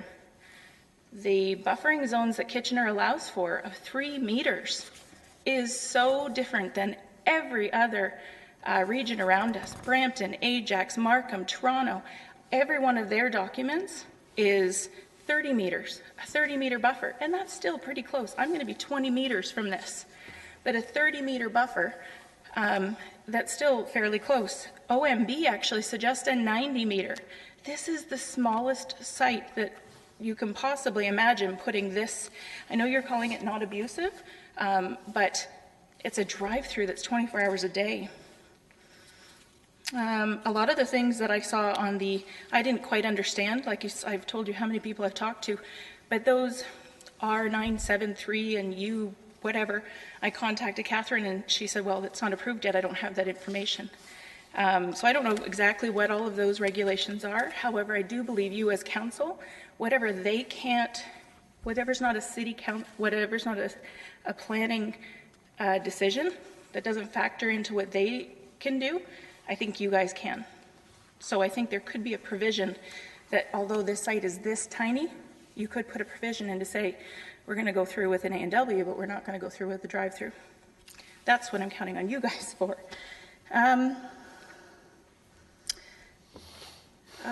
Sorry. The next piece here on, there's a list. I've got some addresses highlighted here. In Ward 6, you own 3 of the worst intersections inside of this one ward. And then it's got the collision data here. Ottawa and Homer Watson, 224 collisions. That's 2 blocks from my house. And you got Ottawa and Fisher-Hallman with 133. Ottawa and Alpine, they're at 101. The roundabout where the St. Mary's, it's not even on here yet. It was at 72 last year. It's at 102 for this year, or sorry, for 2014. It took me a lot of digging to try to find what the collisions were for in front of my house. So that's 65 meters from my door. There's been 3 fatalities just in 2014 with 82 collisions. I don't know how else to say that. The package that I left you guys with, I requested this several times. I've been looking to find this document. I got an email this morning from Brian. It was just a little cut and paste of some regulations that had to do with an intercom and a fence. This is the document I was looking for. I can't tell you how much time I've spent on this stuff. But if you go to B5, I've cut it out here for you, what you're looking at. And I think I'm reading this right. It says, locate vehicle access points to the site as far away as possible from the street intersections. This is a drive-through City of Kitchener document. So this is your policy on how a drive-through should be. and it says 65 meters from a signalized access. So how I read that, I'm the very first residence from that corner to my driveway is 64 meters. So how could you possibly put a drive-through, especially two, and I understand that you're putting the medians in, but when you're talking about forcing drivers to do what you want to do, just the other day we had our driver write off his one of his company vehicles because somebody it was a Mercedes, did a U-turn right in front of him. They're going to do it. We already have 82 collisions, and that was way back in 2014. Number 4, page 3 here. Internal memo dated before we started, or I guess you'd already been in the planning of this, but it does already point out from Sarah Coutu. However, the small size of the subject site may limit the appropriateness of broadening the permitted commercial uses on this property. When you see the map and you see how tiny this is, and it's on a funny shape, I can see that they've done everything possible to move it and push it and put that intercom. I appreciate every offer, because if it still goes through, I'm gonna thank that you've done all of what you can do. I'm going to skip number 5 for a second, and if I have time, I'm going to come back around to it, because this is the stuff that makes me feel the worst about kind of how it's been handled. I am very happy that you guys did a climate change in the middle of this meeting. We believe that this zone change does have an environmental impact. We believe that a city has the right and the obligation to its citizens to find that way to find that 8% that you're looking for. And maybe not everything has to be high density when you're sitting directly next to homes. I did some more digging. Here's your carbon emissions. This is just a really rough thing, but we all know about emissions, right? So my guys, I'm a health and safety director for a large construction company. Every one of my guys wears the little meters. 25 parts per million is what it takes to make anything sound, and you've got to get the vents and the doors and whatever it takes to cup it down. So for 5 mil of carbon monoxide emissions, even your own fleets that you're using, the diesel is still only 100 less parts per million than it is for gas. But it's the gas that's going to be sitting next to us. But regardless, if it's 25 million parts per billion that make those sensors go off, 300 parts per million, that's a lot. So the idling cars, and I'm sorry, but we visited an A&W for over 2 hours the other day, and it's not 60 seconds. And we like A&W, we do. I just don't want it next to our house. Mel, if you can start wrapping up. Pardon? If you can start wrapping up. Yep. So we've cited a couple things that have to do with your own policies. Anti-idling for your own fleet. So that's going to be part of your 8%. Your clean air plan, positive environmental change. You have the LRT, or the light rail transit. It's all to reduce emissions. And yet here we're talking about putting this in right next to us. The petition, I did take into consideration. You were going to say, okay, so maybe we don't do this. Maybe we don't put in a drive-through. What do you guys want to see? A lot of them just said, we just don't want to see a 24-hour drive-through. So I will leave those comments for you guys to look. Whatever, when it comes to our neighbor, it'll always be respectful. There's nothing going to, we have no hardships. A lot of the things that we saw on what they were proposing, I didn't actually see a problem with a lot of those. Conference center, lodge, the union hall, rental service, storage, those are non-abusive. It certainly doesn't have to be a gas station or a car wash. I'm not trying to get it limited. I did not realize it was a brand new owner who purchased this property who's going to be limited. However, a 24-hour drive-through is quite a different story. The very last thing I think I can leave you with is I went and found all the maps that you see in here. Every map that you see in here, that's every one of the A&Ws in Kitchener-Waterloo, and that's all, so that's 7 of them, and every single one of the McDonald's in Kitchener-Waterloo. Every one of them, almost, is in a little mall. It's in a mall with a nice, safe driveway that you come into that's way more than the 65... Sorry, my throat is so dry. That's way more than the 65 meters. They've got a safe access in and a safe access out. He doesn't have the option to do that here. He doesn't even have 65 meters to work with in either way. So moving that driveway down towards that Popeyes, he doesn't have 65 meters. So that's your policy. And every one of these, they're in a mall or they've got a nice distance away from a corner. There's 82 collisions back in 2014. I'm hoping you'll consider that. The only one is this 933 on Victoria. It got built next to a residential building. It's not an intersection, though, it's a T. It's a residential, or sorry, it's seniors. They actually love the A&W. They've got nice oldies tunes when they go in there, and they're taken good care of, and they eat a lot of their meals there. That's all I have for you. Okay. There's the email that I sent to Mr. Singh and then forwarded to you guys. I think pretty much says what I've just said. And then there's the comments. So these are very local comments. These were hard-earned signatures. I knocked on doors, and I don't know if you know, 2 weeks ago, it was really crappy weather, and knocking on a door and having someone keep it open for you while it's snowing out. And they've got a little snow girl sitting in front of them. So we do want you to change the zone. We do want you to not limit him to just a gas station or a car wash. But I think there's a happy medium. There's somewhere in between. Okay. Now, so because, for fairness, again, there was a misunderstanding that this was an informal meeting and we would have the opportunity to absorb the material given. I'll look at the committee. Would you need 2-3 minutes just to look through? And then we can ask questions of Mel, or if you're prepared right now, we can continue on with the questions. So we can just take 2-3 minutes would be okay? Okay. All right. We need a bit of break anyway, so look through, and then we'll reconvene back in 3 minutes exact, and that way committee can quickly take a look at the document as well. No, we're going to ask questions of Mel, and then we have the planner. He has to speak last. So.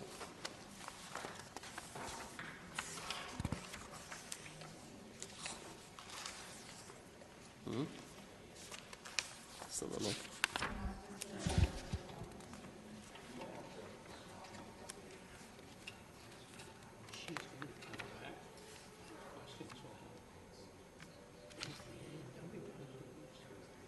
The planners.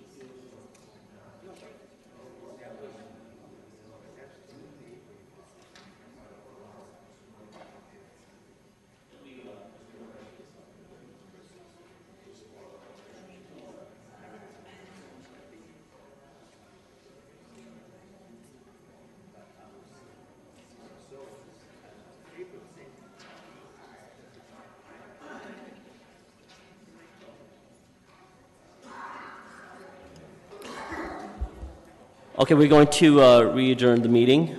So please, if you can take your seats.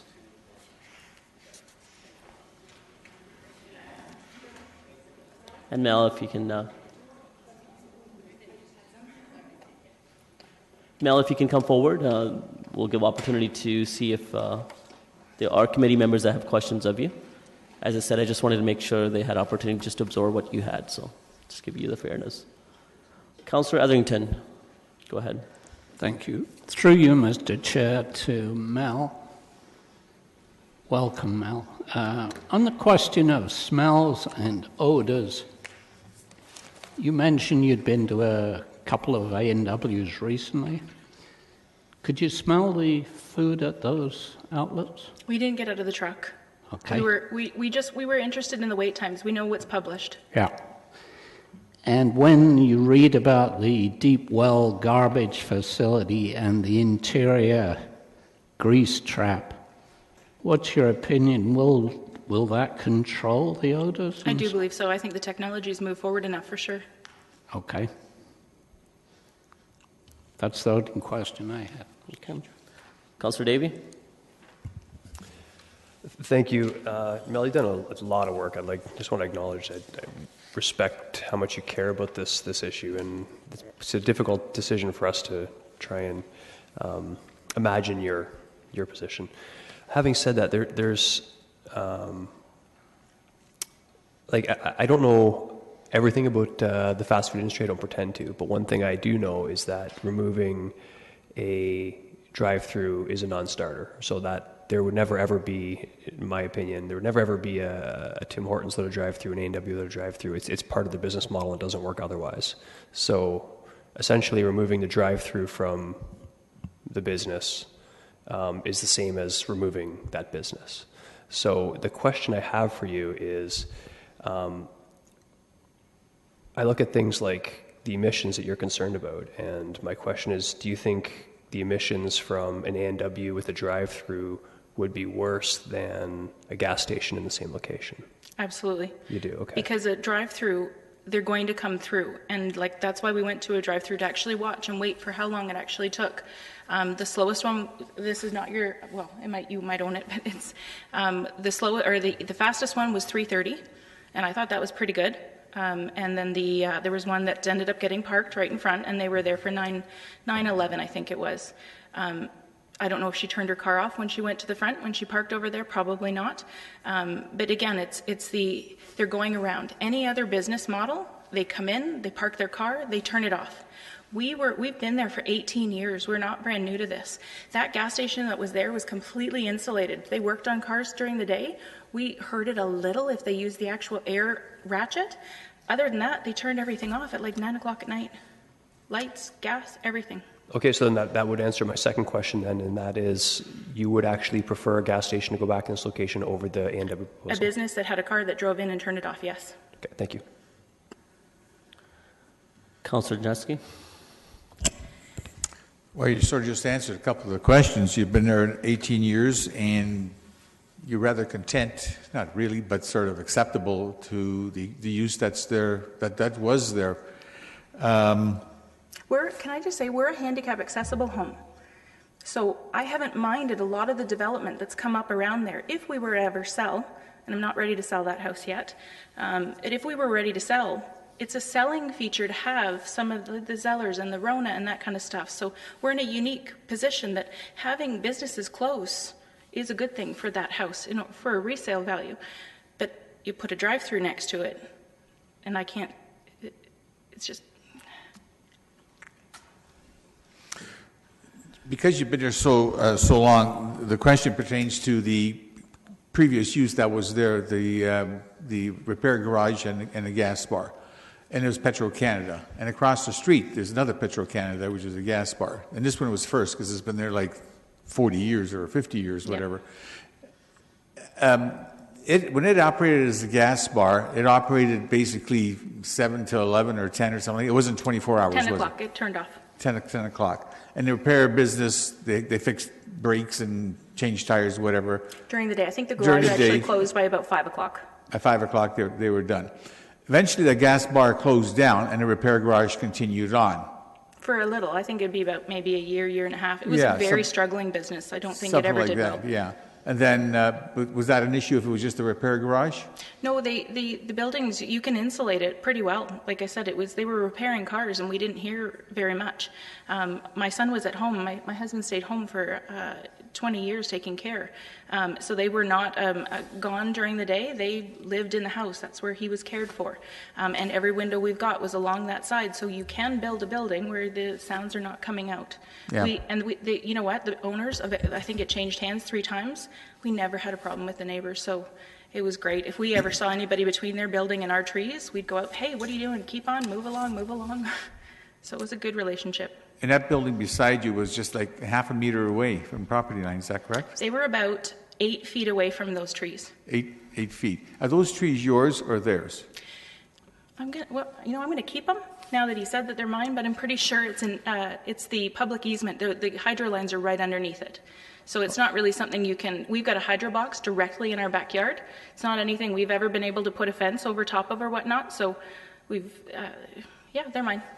Okay. if it's an easement, the hydro's got access to it, but somebody still owns the property. Yes. So it's either them or you. I believe it's us. Okay. All right.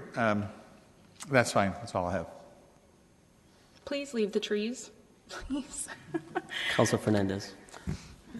Well, Mel, I think you've done a fantastic job of presenting your case, and the work that you've done is phenomenal. Certainly, you may be able to go into the business of consulting on something like this. You may not want to. So, you said you could live with or you could accept restaurant smells because you feel that they may be able to. We've moved far enough and we've advanced enough that those can be contained. Is that my correct understanding? Like I said, the traffic and emissions are our biggest problem. Yep. The comment about food smells, the yummy food smells, that's a byproduct. If I have to live with yummy food smells, I'll just. It wasn't a case that I thought was going to stand up in a legal argument. It's just not. So the emissions is something that I'm going to focus on because. Numerous years ago, I was on the Environmental Committee when we brought forward the air quality report. And at that time, the restaurant industry was quite upset because the Environmental Committee had asked to start considering banning drive-thrus. And I'm reading the same sort of words that I read at that time. The emissions that you're talking about are the ones from the cars, but will there not be emissions from delivery trucks and vehicles coming to deliver the food, the napkins, the supplies for the restaurant as well? However, they might be on the same path that you're on right now, and hopefully when they got there for the delivery, I would hope and expect that they would shut it off and get their deliveries out. So hopefully everybody's in this together when it comes to turning off vehicles. In a drive-through, though, it doesn't make sense. Right.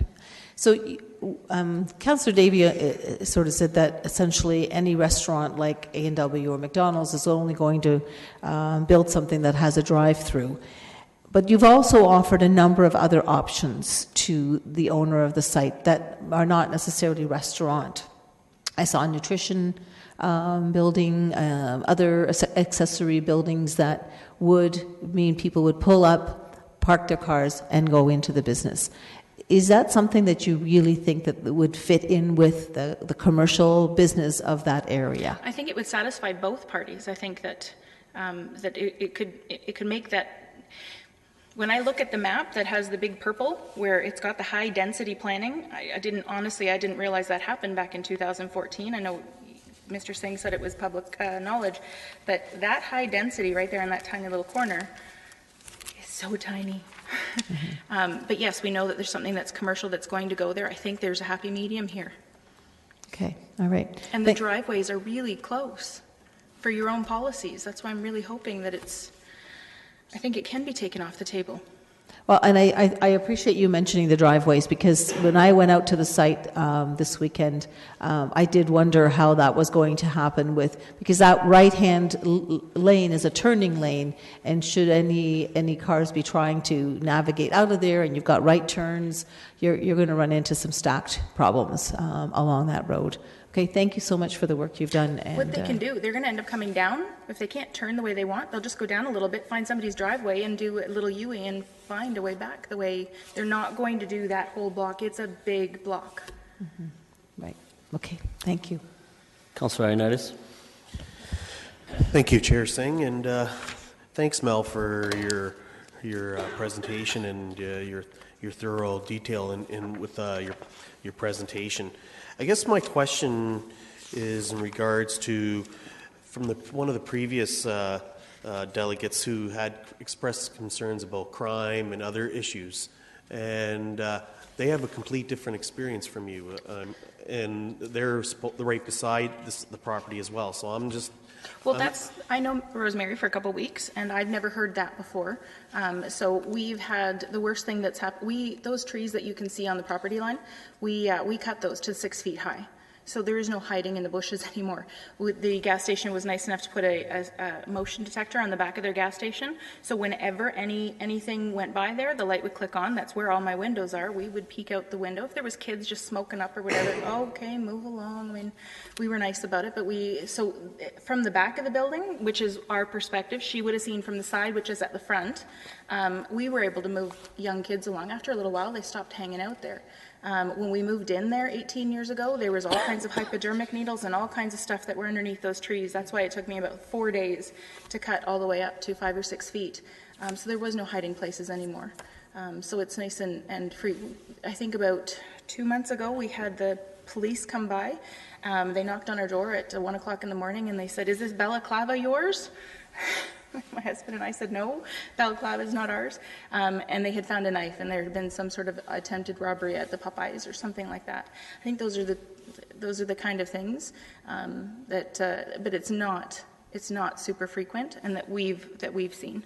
So once somebody, I think about 8 years ago, they hooked onto our boat. We had our boat chained to a tree at the front lawn.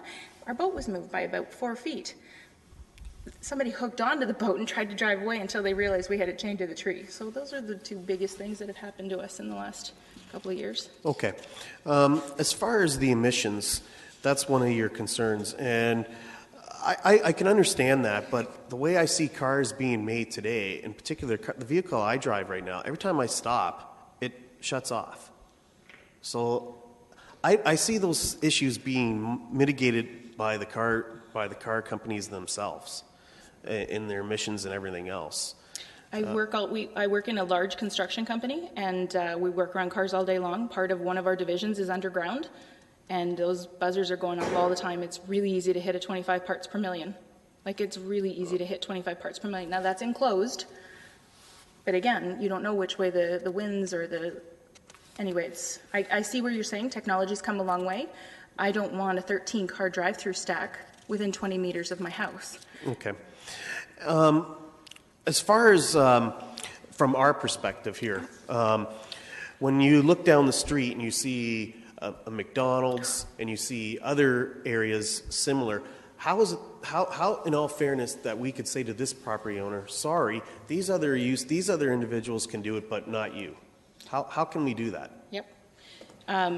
Like I said, those maps will show you that there are it was Brian Bateman that actually brought up, I'm sure you'll find other instances of residents that back onto restaurants, is the quote that he made. And he's right, and I've proven it with the maps that you're looking at. We're on an arterial road with homes directly next to him, that close to the corner. It's a completely unique situation. When you look at all 17 of those, you won't find another set of homes that are within 65 meters of a corner that's of a drive-through that's not going into any kind of a plaza. I just see it setting up for, this is 65 meters from my house, and there was 3 fatalities on that corner. I mean, there's people dying on our corner. That sucks. Okay, so you're saying all the A&Ws and all that are in plazas? No, in the 17 instances that I showed you, there's not one that sits next to a home, not directly side by side. Okay, thank you. Those are all the questions of the committee, but I do have some, Mel. Just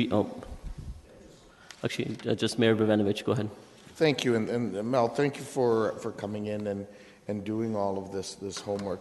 I guess, and I just want to build a little bit on Councillor Ioannidis's last question and your responses, because this is part of the issue that we need to struggle with and that we need to consider in terms of making our decision, is how do we deal with this in relation to other properties. So I've got up right now the aerial view, for example, of the Tim Hortons that's across the street from there. It backs onto those townhomes and is probably, and again, I can't measure it online, but is not much farther away, it seems, from where from where this is being proposed. They've got about a 35-meter buffer between that drive-through lane and the first home. 35-meter buffer? I believe it's 35 meters from the side of their drive-through to the house, the side of their house, not the property line. And right now, there's a great big huge hole in the fence along that property where a car halfway went through. So it's terrifying for them. Sure, no, and I appreciate that, and I mean, and there are a number of other examples. I mean, you did mention the A&W at Victoria and River that backs onto an apartment building. There are, for example, there's a McDonald's drive-through at Ottawa and River that in fact backs right onto houses, and the voice box, in fact, is very close. Like it's right backs onto that property. And so on. And so, you know, part of what I think we're hearing here is the property owners trying to work with the neighborhood to address your concerns. Part of the challenge that we'll have is, you know, if this goes, for example, if we say no and this goes to the OMB, the residents could, in fact, have the OMB rule that this is okay, and many of the concessions that the property owner has agreed to, in fact, would be nullified. That could potentially happen. And so is that a risk that the neighborhood's prepared to take? I have no problem going to the OMB with this. Most of their rulings or their suggestions, at minimum, say 30 meters. They actually went up against A&W. They were requesting 90 meters in a case. They lost. 90 meters is quite excess. But yes, their standard is the same as most of the other GTA regions around here. It's a 30-meter buffer, not a 3. Okay, thank you. Councillor Schneider, are you done? Okay, then if there's other delegations that are coming as well, so just ring back in when it's time for comments. I'll have you at the front. Okay, Mel. No, it's quite clear to see that it's not that you're opposed to the zone change or having commercial use at this corner. Primarily, it's the issue of the drive-through. Would you say that this is not a typical corner?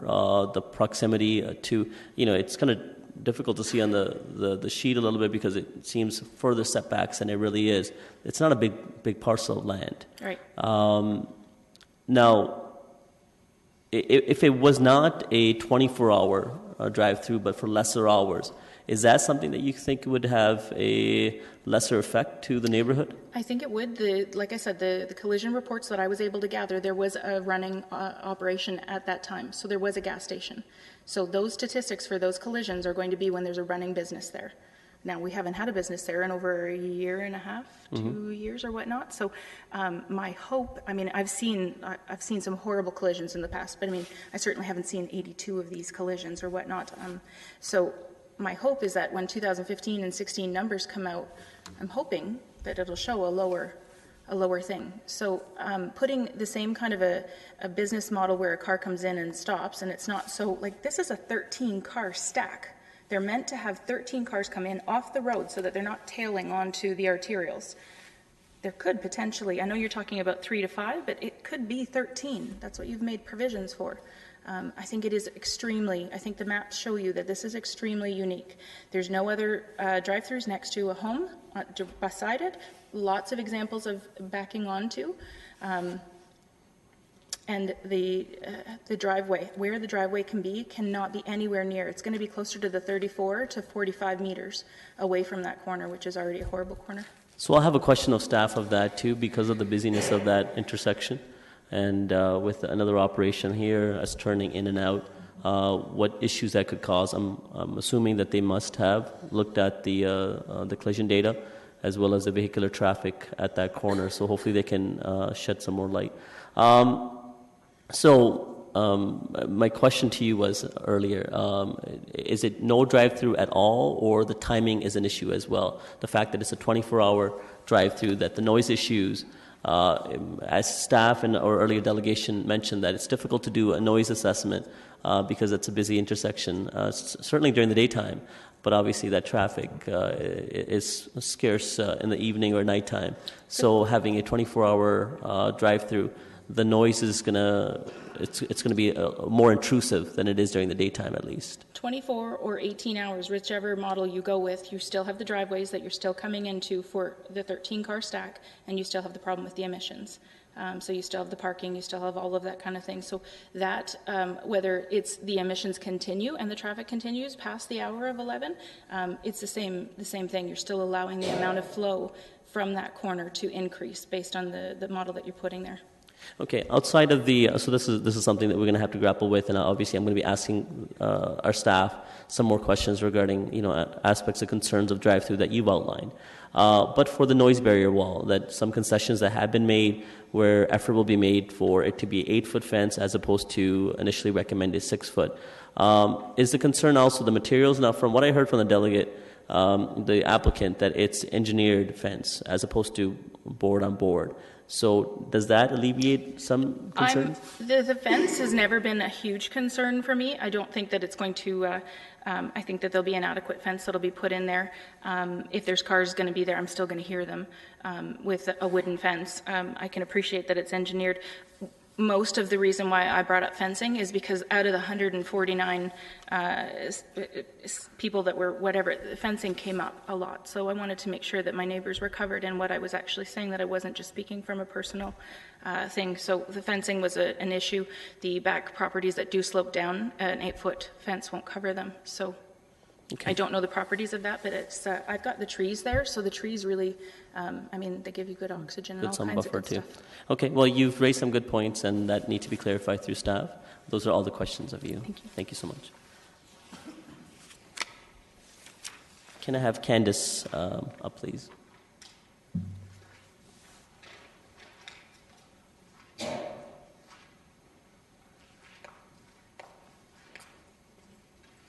Good evening, Sorry? Is it possible to get the slideshow back? Yeah. Thank Good you. evening, Ms. Yassi. You have 5 minutes to make your delegation. Thank you. Okay. Good evening. Thank you for the opportunity and speak of favor for the proposed zoning bylaw amendment. My name is Candace Makuchi. I'm an urban planner. I work with Antec Engineering here in Southern Ontario. The subject property was developed as a gas station. It was originally developed in 1969, and in approximately 2014 was when it was decommissioned. At this time, we are proposing the A&W. What you see on your screen now is a rendering, a graphic illustration of how the property is proposed to be set up. As you can see in this rendering, Ottawa Street, where the blue and yellow car are on the street, is the median, which is to be extended all the way to the bottom, like all the way through, so it will be a right in, right out only. There is no way to sneak around that. It will be a full median. It connects the two existing portions. On your screen here is the proposed site plan. This site plan illustrates the setbacks of the building to each property line. You can see in the bottom of that the existing house of the neighboring property. The drive-through was designed to make sure that the headlights coming around did not interfere with that existing dwelling. A previous question was asked in regards to would somebody pull ahead and park there? Along that line, yes. If someone was asked to pull ahead, that's where they would park.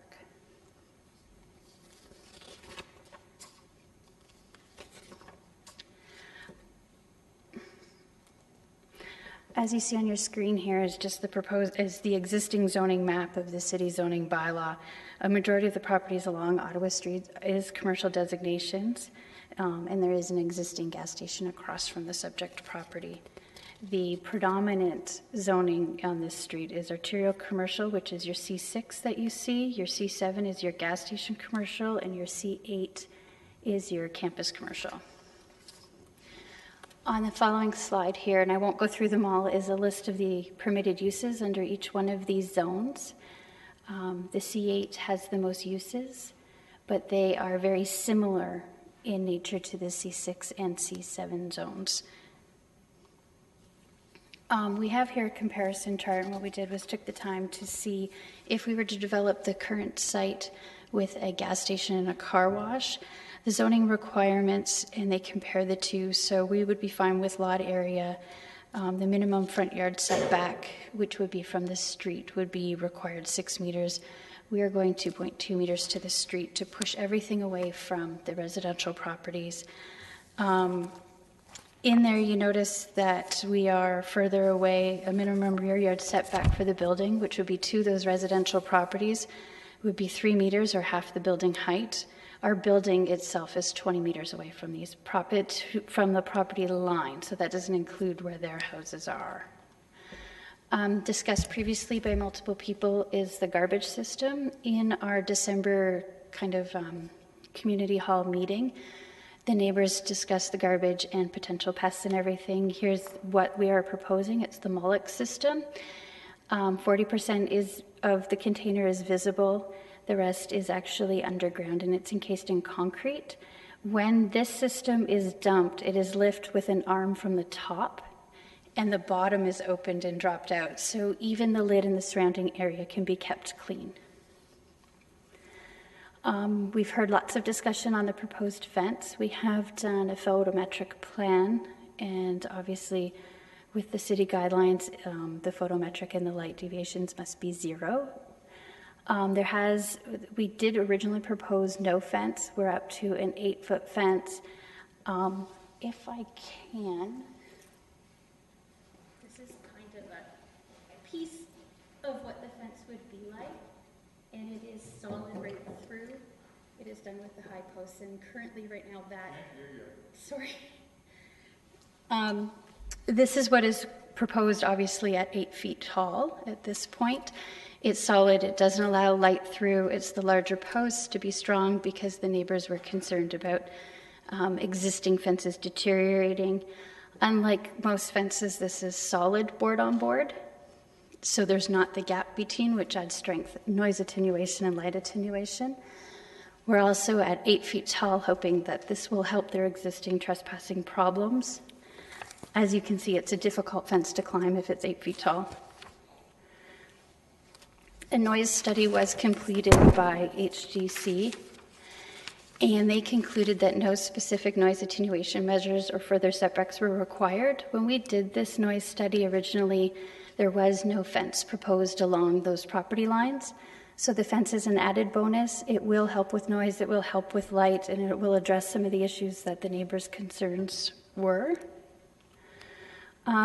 We've heard a lot of talk about emissions. Peak hour emissions from vehicles using the drive-through lane are the same or less than a restaurant facility without a drive-through, relying on parking to accommodate vehicles due to startup emissions. One of our other people will be speaking specifically to emissions, but that is generally what we have been told by the professionals. This is another rendering. There was a question about where the order box is, and I don't know. If you can see under the A and W sign, that's where the order box is. I don't know if that helps at all. There's a proposed 3-foot high fence, and there'll be pedestrian crossings.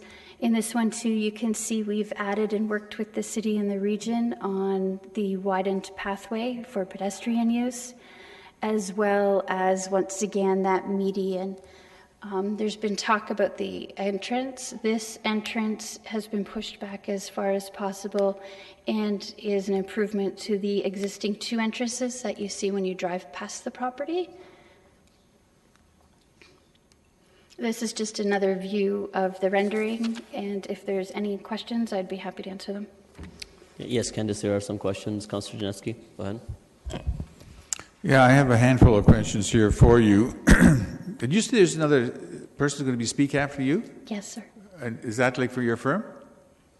No, it would be or the planner. Somebody else. The planner for the applicant, I believe. I'm sorry, I don't. The planner for the applicant, I believe. Okay.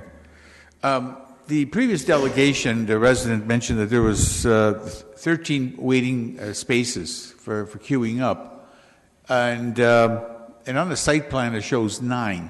What's the minimum requirement? The city guidelines under the urban design guidelines suggest 13. We did a special traffic study, and were able to go through. When the guidelines came about, they were addressing all drive-throughs, so you're taking into account Tim Hortons, McDonald's, everybody, some of them which require more stacking and some which require less. So a traffic study was done to specifically address the needs of A&W. So what was the last part? Not a traffic study, but the traffic study for stacking was done specifically for A&W. And what's the requirement? That's my question. Less than the 13. We made it with, and I apologize, I don't have the study in front of me. I don't know if I can see it on here. 9 is what I'm hearing. That's what it shows, yeah, but I don't know what the minimum is. Pardon me? Still don't know what the minimum requirement was. 13. There isn't a minimum requirement. Okay. Like a minimum requirement from the city, there isn't one. Okay, the next question that was also raised by the constituent for that area was the 65 meters distance from the intersection along the frontage of Strasbourg Road, and it doesn't meet it. How are you going to address that requirement? The urban guidelines suggest, and they are a guideline for starters, and second of all, it's for new entrances. We are taking 2 existing entrances on Ottawa Street, closing one and moving the other as far away as possible. We're improving the existing situation. Okay. Did you do a traffic study? I didn't do the traffic study, but a traffic engineering firm did, yes. Okay. How many vehicles would you be expecting to come to the site a day throughout the whole 24-hour period? Or is that going to be part of the next delegation? The drive-through or the whole customer? I can't hear you. The drive-through or the whole customer? The many whole customer. Roughly 320 is what we expect. Roughly 320. 320. Yes. Okay, so then my next question would be, how many cars would be coming through the drive-through between 11 at night to 6 in the morning?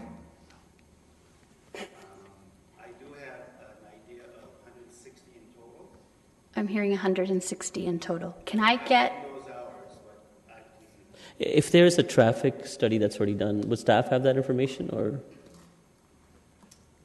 as opposed to just shouting the answers back and forth? It would be in the report.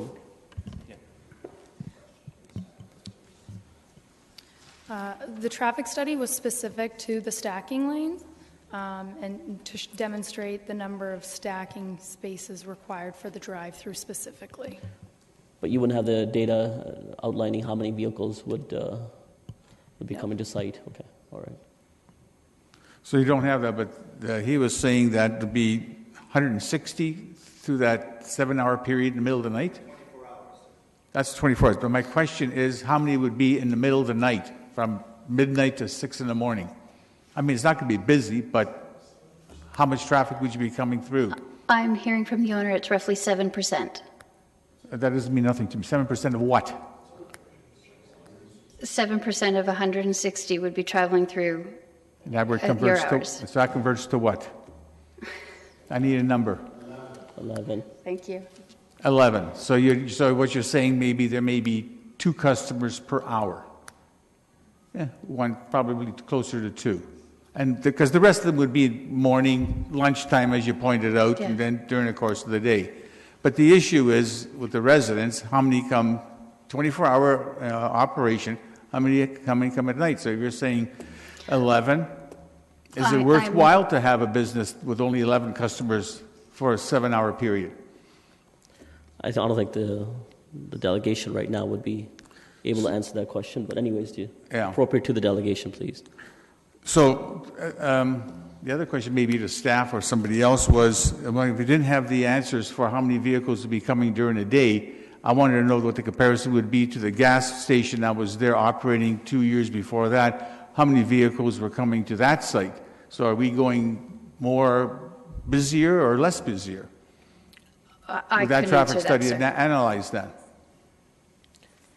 I could probably answer that question. I built a max convenience with a gas bar.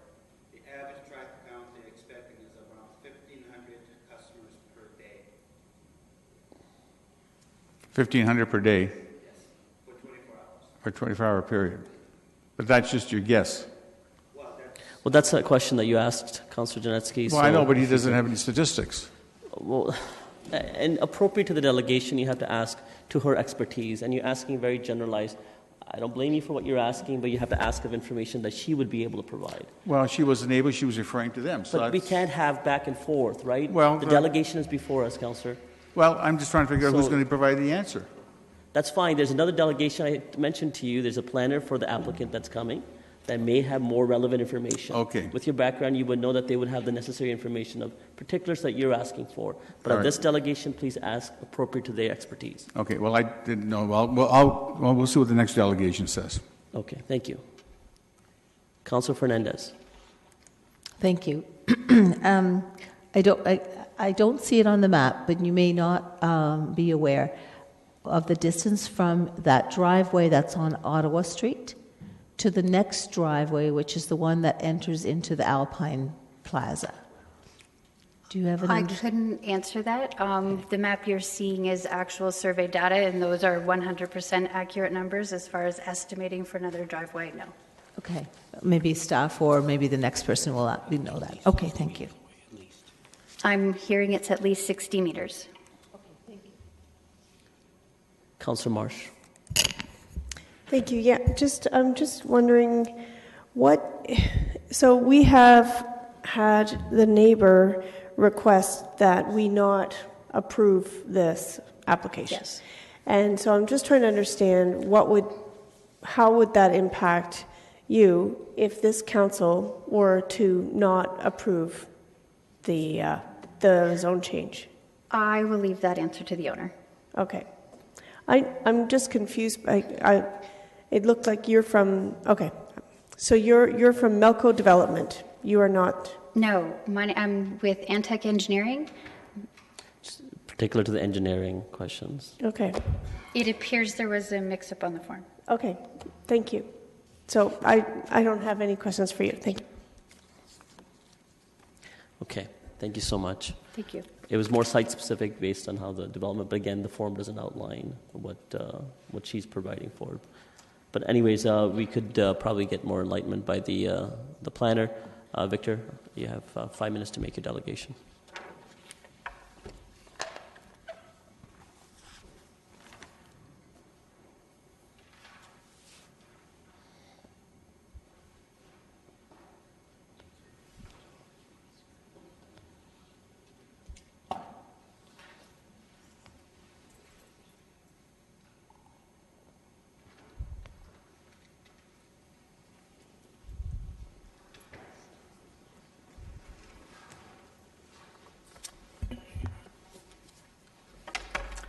Thank you, Chair Singh, Mayor Urbanovic, members of committee, council, city staff, and public.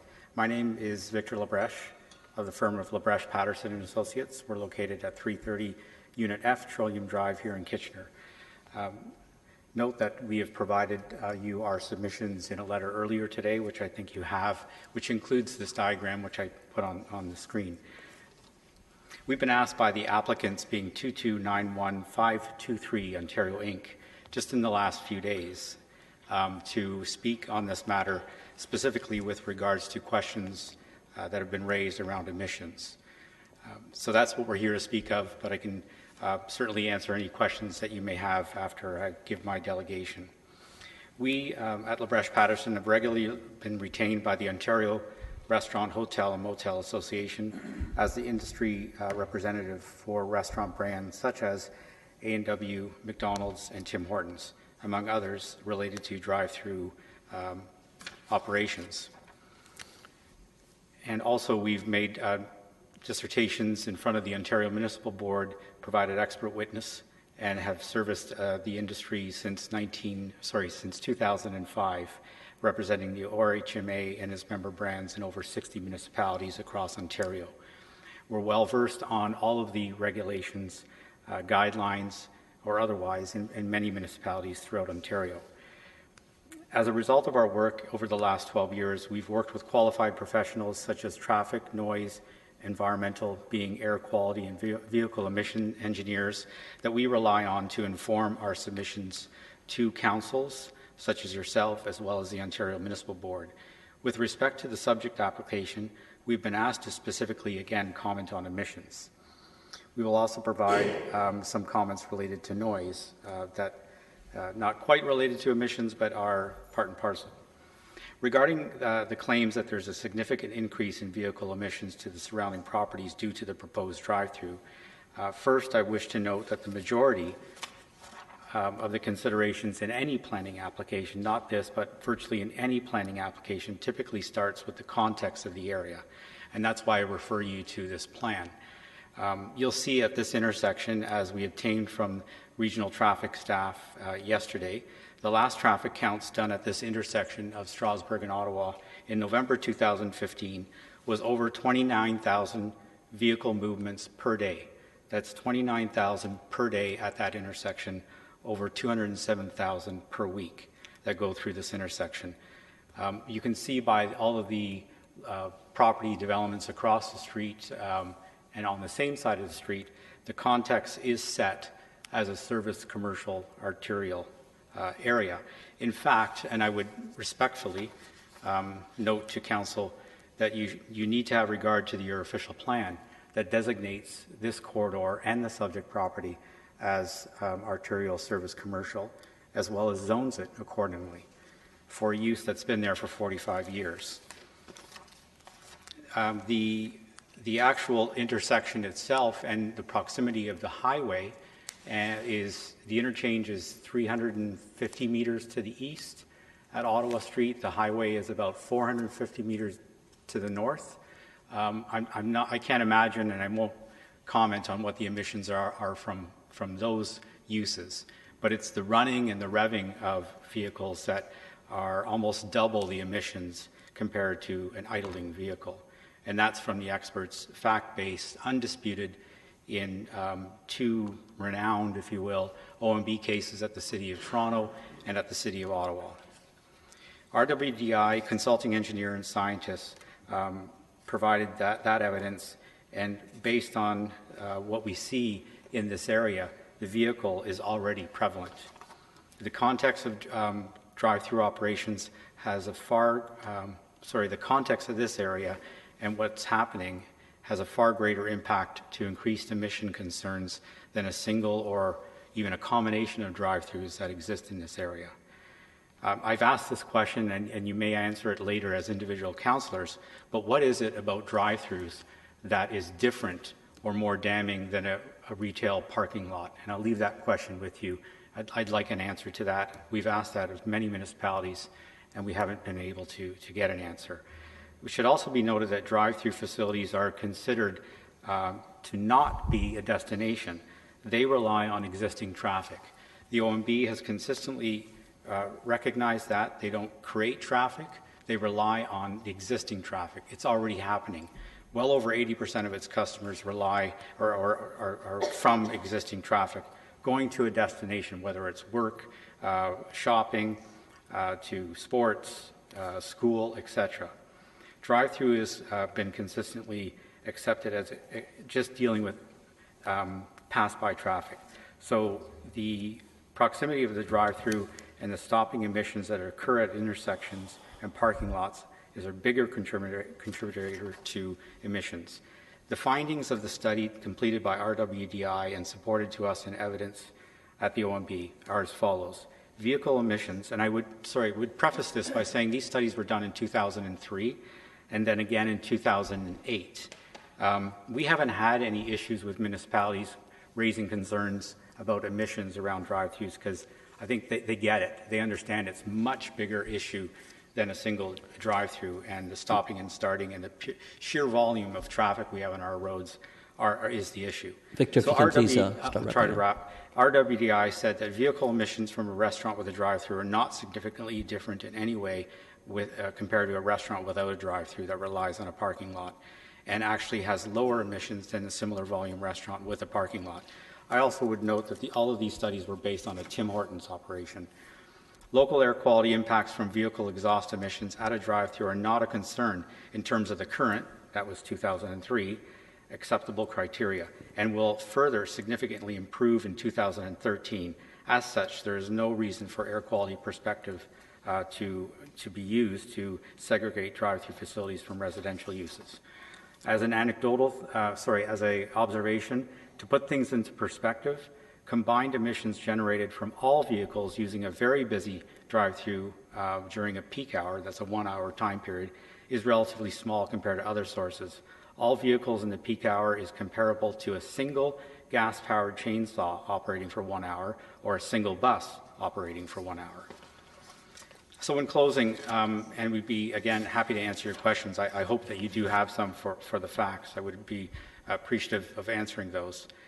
In this regard, of this application, this has already led to environmental site remediation that benefits the neighbors with the cleanup of the property considered contaminated, as it did not initially meet the MOE requirements based on the previous use of the property, and Mr. Coe was involved in that final cleanup stage.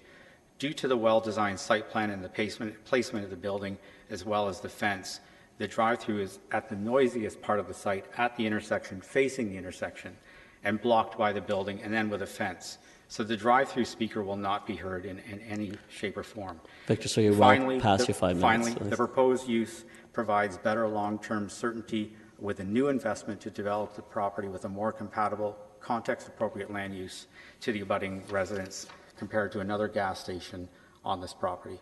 Thank you, and I'd be pleased to answer any questions you have. Sure. Councillor Janeski.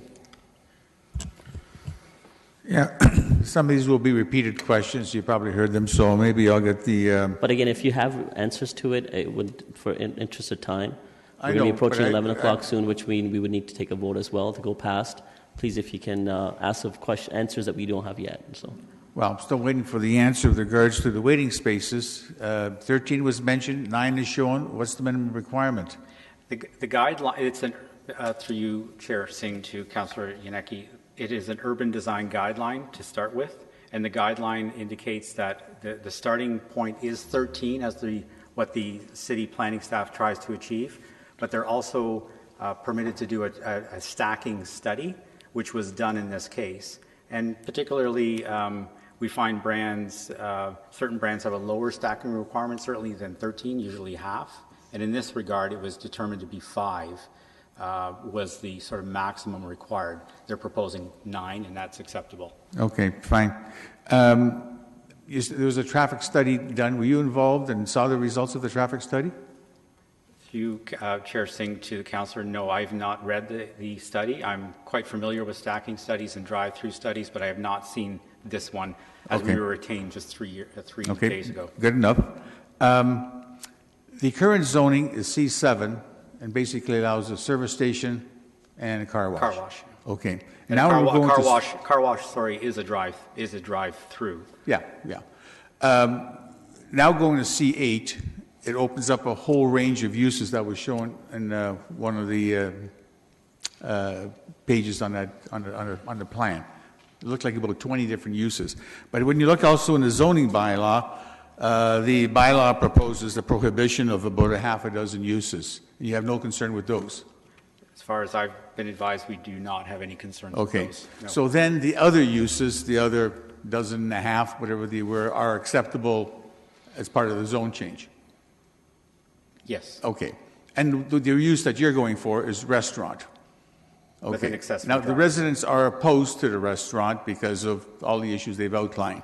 So what happens if we support the zone change, but without the use of the restaurant, we put it as a prohibited use? How does that stand with you? Well, do you understand? I understand the question. Okay. We would have to object to that decision. Object to it? Yes. Okay. And if I may respectfully, Councillor, I think you would have to qualify on what basis or justification you would deny the application, not including a restaurant, when other similar service commercial uses are permitted in the C8 zone. So I'm concerned with your question, because it's not as easy to say that we may consider approving the application, but not with a restaurant use. I think respectfully, you would have to give us reasons why you didn't, or else I think we would have a quick judicial review with the Ontario Municipal Board and find that decision flawed. And your comments are well, I understand them and I respect those answers. However, the residents did raise a number of issues, and if we as council take their rationale of traffic or noise and smell and gas emissions and all that type of stuff and use that as the rationale and make a decision to support the zone change but without the restaurant use, that's the rationale that council makes, and that's a council decision. Now, if you take it to the board, that's up to you. But I'm just indicating, I just was wondering whether you would be accepting a rezoning without the restaurant, and your answer is no. You have that's fine. I appreciate that. Okay, that's it. Thank you. Mayor Benovich. Thank you, and thank you for coming in, Mr. Labrèche. Just a few questions. As I looked at the color site drawing that you had up earlier, the configuration looked very similar to what's actually at Victoria and River Road. Almost identical, even in terms of the placement of the order board and so on. How does this property compare in size to that location? Do you have a sense of that? Through you, Mr. Chair, to Mayor Urbanovic, I would indicate that just by being to that location at Victoria Street on a few occasions, and using both the drive-through and the sit-down options, I would say that site area is somewhat smaller and doesn't have the landscaping and fencing along the rear property line. But, marginally or very comparable, but I would say it is somewhat smaller. Okay, and I guess I was just looking for so if you knew any factual numbers simply by virtue of dealing with your client, because that is sort of my sense as well, is that they're quite similar in terms of spacing and so on. My second question is, if council were not inclined to approve a drive-through location at this site, would could your client accept an approval? I think, for example, similar to the Tim Hortons at Lancaster and Frederick, but without a drive-through? Through Mr. Chair to Mayor Urbanovic, I think the short answer to that would be no, we would not accept that. Respectfully, I think maybe there's other comparables you can bring up, but I think the comparable of the Tim Hortons at Frederick and Lancaster is completely different urban context and not located on two major arterial roads, and also not property that's designated arterial commercial as the subject property is. Okay, the last question I have, and I don't know if you can answer this or if I have to ask staff, but if this was going to become a gas station site again, would they be able to have a convenience coffee drive-through like many of the gas stations do now, without a restaurant there? So in other words, could you have just, for example, the Esso at Victoria and, it's not Bruce, what's the other side of Bruce? Edna, thank you. At Bruce and, at Edna and Victoria, could you have that kind of limited service Tim Hortons with a gas station there with the current zoning, or would they have to go through a zone change? A small portion of accessory retail, convenience retail, would be permitted under the definition of gas station, but it certainly wouldn't be the primary use. So when you say a small portion, what does that mean? Because in that particular location, it is very small. I mean, I think you can only get some donuts and coffee. To be frank, you can't even order any. I don't think you can even do toasted bagels there. I'm just trying to get a sense of what would be potentially allowed there. Staff might be able to give some more insight. Through you, Chair, our definition of accessory doesn't give a number, so it would depend on the context of the site, but it would have to be subordinate to the use and not the main use on the site. Does that help? A little bit. I guess I'm just trying to understand if, in fact, it would be permitted there, because, you know, are we dealing with a situation where, in fact, a gas station with a drive-through could be permitted, and in fact would be potentially a much more offensive use for the neighborhood than a restaurant with a drive-through, you know, configured the way it is? And thank you, Mr. Chair, for some latitude in terms of who's answering the question. It's an important question, so are staff able to? Yeah. Through you, Chair, it's difficult to assess the impact, but with a gas station, there could be an accessory drive-through as well. There could be the car wash, which is a drive-through. So there could be the same impact. So if 100 square feet out of a, let's say, 1,200 square foot building was for accessory coffee and so on, would that be deemed okay without a zone change? Yes, I believe it would be. Okay, thank you. If I may clarify, A&W specifically does have a model that I think a partnership with Petro-Canada, it appears, where they have a facility within the Petro-Canada with a drive-through, and that has been a model that's been used in municipalities. So the short answer is yes, it's permitted under that scenario. I would also note that a gas bar can operate 24 hours, as a car wash can operate 24 hours. So I'm concerned with the questions around the drive-through. Why is that not allowed to be 24 hours, and what's the justification for that? Thank you. Councillor, are you done? Yeah, Councillor Fernandez. Thank you, Mr. Lebrecht. I think we've had this discussion, you and I, a few years back.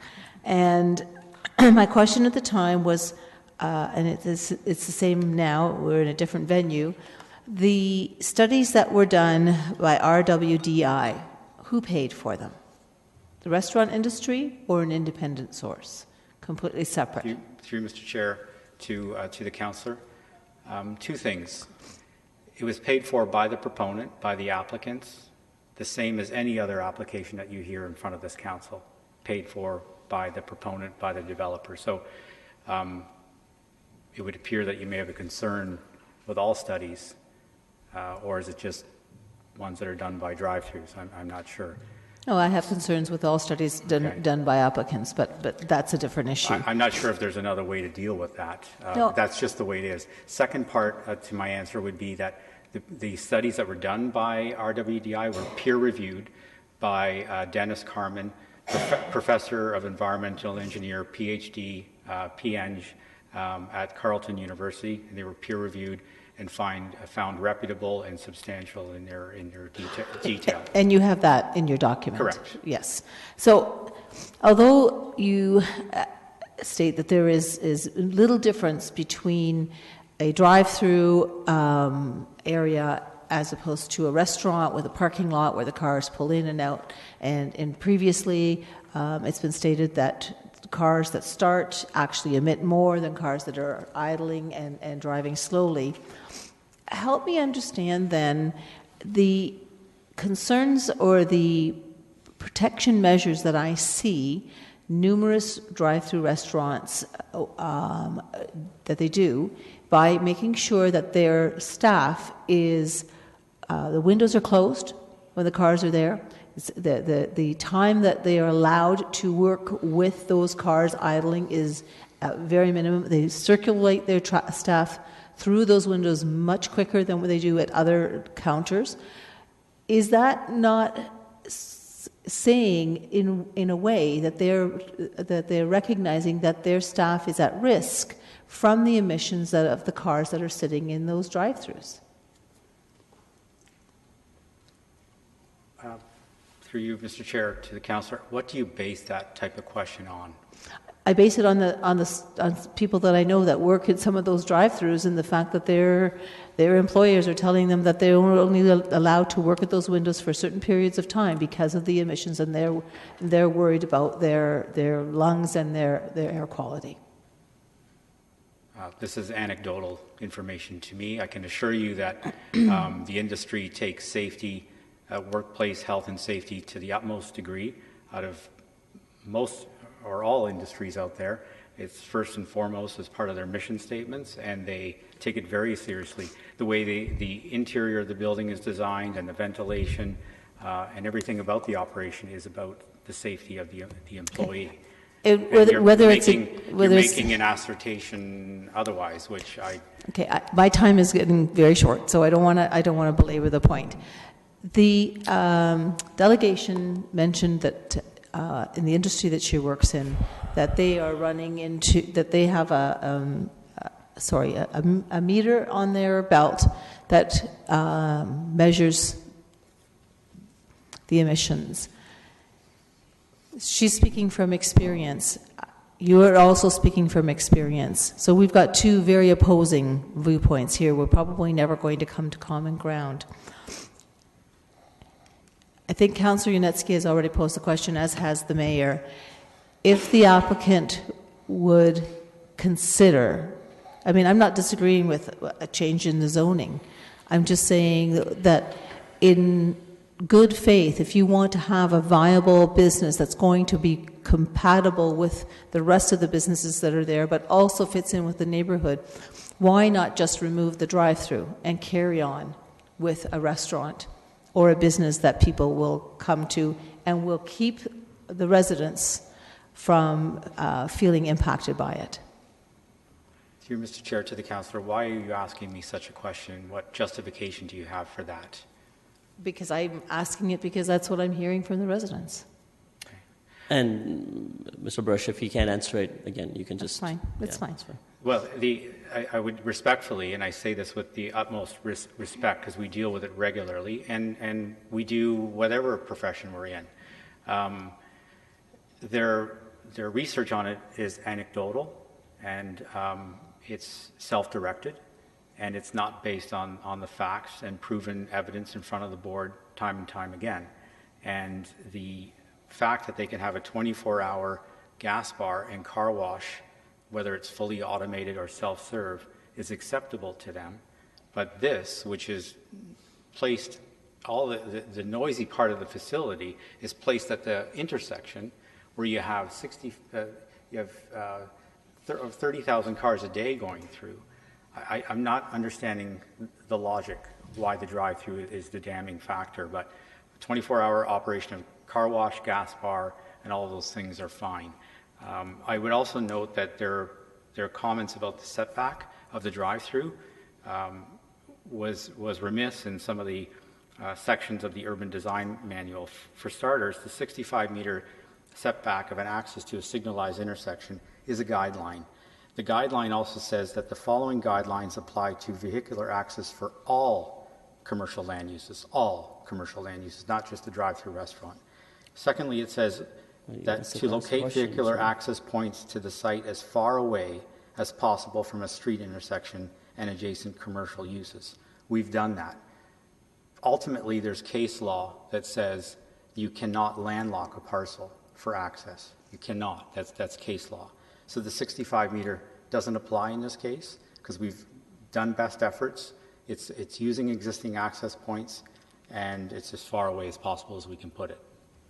Okay. All right. Thank you. Victor, those are all the questions of committee. I do have some. I'm going to go from order of concerns that I heard from the residents. And I hear the focus is on the drive-through. I'm not loving that either. But I'll get to that to the later point. The obvious blaring issue still from the residents from the PIC, as well as the feedback I've received so far. The issues of noise is a clear issue to the surrounding abutting property owners. I've heard from previous delegations, again, you guys propose no fence, but you see that the 8-foot fence is sufficient measure to counter that concern. From the PIC as well as coming up to this meeting, the understanding has been the effort will be made not just with the height, but the types of material. For it to be a true noise barrier wall, this is a board-on-board fence. Is this the maximum measure that the property owner can take, or can additional steps be taken for it to be more appropriate consideration to the neighborhood? In answer to your question, for starters, as you know, the noise study was done and concluded that no noise attenuation is required in any case. And I would also note that there's no solid wood fence around this property today. So the gas bar automobile repair has operated there for 45 years without any fence. So we're proposing this fence. I'm not a qualified noise expert, but this style of fence and the design and the spec for it I've seen provided as evidence at OMB hearings by noise consultants. And this style of fence being board on board, tongue and groove, so there is no gaps to it, offers about a 10 decibel reduction in noise. But this is not considered a natural noise barrier wall, though. This has noise attenuation features. I think the noise attenuation wall that the residents had spoke about was a Durasol MTO style of wall. Just to have, and our urban design manual outlines what a natural noise barrier wall is, and it's not an MTO standard, but right. No. To counter your comment that there wasn't an existing fence now, but the usage is changing from a gas bar to a drive-through, but a restaurant. There is a lot more parking spaces available as opposed to what the nature of the business was before. So there's a lot more frequent traffic in and out, as well as the noise from, of course, the drive-through, the speaker. And in the summer times, of course, it's different in the winter, but you have vehicles parked with their radios on. Is that taken into consideration that there will be noises perhaps different when the operation is in full force as opposed to right now, consideration to what it used to be? Well, I would suggest to you that the noise from a parking lot is the same situation across the city or any urban area. There is parking lot noise. There's the closing of the door. There may be some talking. There's the startup. Well, that happens in any retail commercial plaza anywhere and would happen in the gas bar, car wash area in any event. So I'm not sure that question. Well, I think there's a divide. Clearly, all I'm trying to relate to you is the residents had expected more. I hear the argument that you're putting, and probably we're going to come to terms with that, but I just wanted to say the expectation to this meeting was not board on board, was, I guess, a more natural noise barrier wall as opposed to something what's before us right now. So, but beyond that, the other concerns that the residents raised was of snow clearing issues, because there is a bit of a depression from where the property line is from properties that abut from Roberts Crescent. Will I guess appropriate measures be taken so that the water is not flowing to their properties? The necessary storm water measures, are they in consideration of how the grading is currently, and especially snow banking? Will the snow banking be against the fence so that as the snow melts, so naturally the water will flow towards the backing properties? Will measures be taken to mitigate that?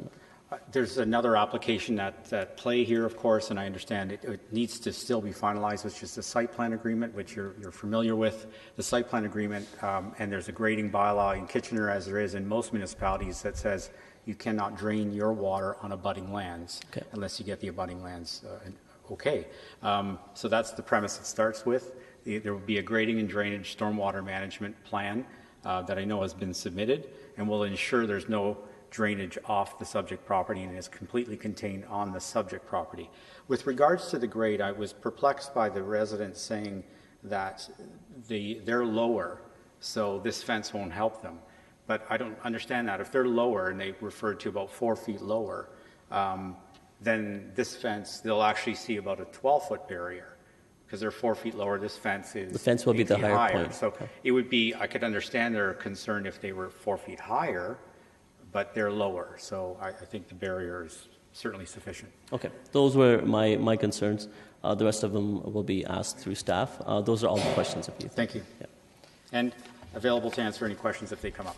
Okay. Thank you. Hopefully not. Questions of staff?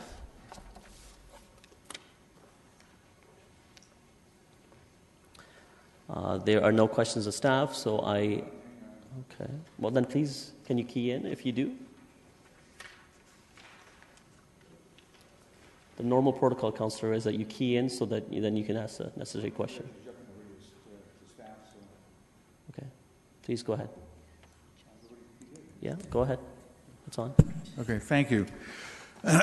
So questions to staff, a lot of them have now been answered, but the 65-meter distance separation is, and it says in the urban design a minimum. Is that a guideline or is that a requirement? Through the chair, the 65-meter setback reference is to the urban design manual, so that is a guideline. It is not a bylaw regulation. Okay. Next question pertains to uses. If we go with the zone change and there's a motion on the floor to support the C8 zone, but without the restaurant use, would staff still support the application?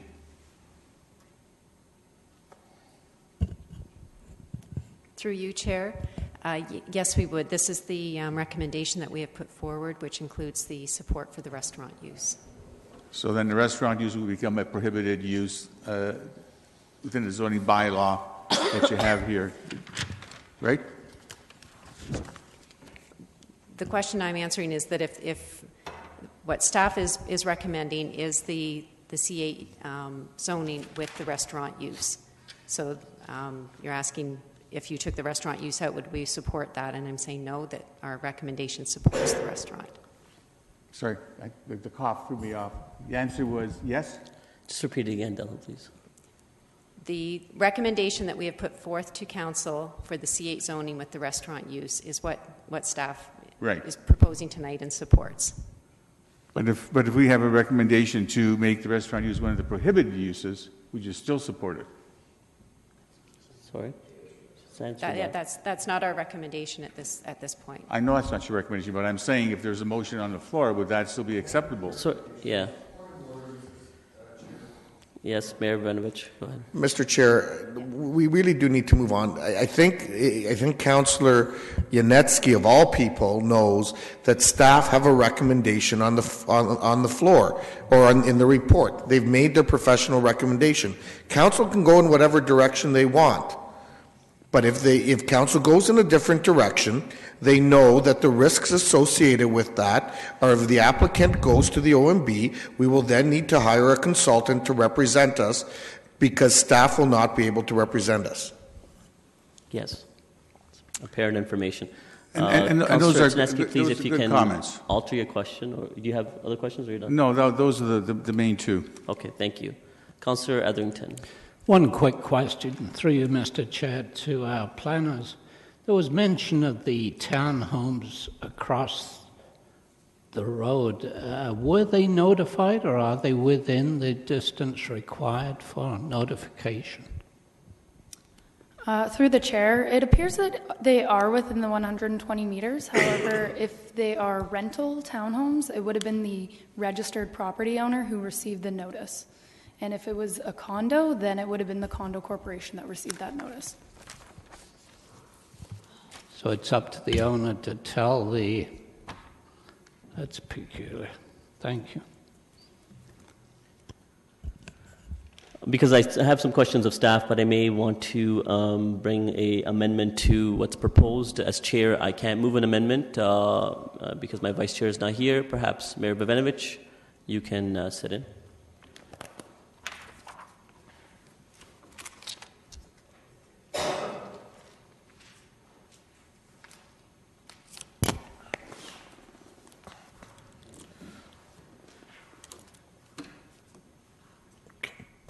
Councillor Singh. Yes, thank you, Mr. Chair. So I tried asking the planner for the applicant the concerns of the fencing material. If we look at our urban design manual, and for the committee members, that's one of the documents that Mel had given us as well. So just the last page, B-10, which it outlines the noise attenuation features. Again, it can be berm, fencing, or vegetation, but it gives a example of a wall used in an acoustic barrier.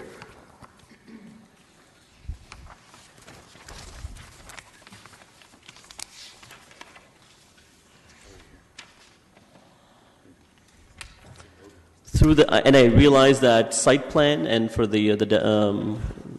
those in attendance today, site plan is not dictated by council. It's gone through staff and the applicant as to what the policies are outlined under, and our urban design manual. But because our urban design manual gives examples such as this, and the sensitivity of the site, again, it being smaller, and of course the abutting the residential properties, would staff be able to ask for materials such as this through the site plan process? Yes, we could ask for it. At the end of the day, it's up to the landowner whether they agree to those negotiations. The minimum requirement for the visual barrier under the zoning, which is a regulation, is a 6-foot tall fence, which they've exceeded.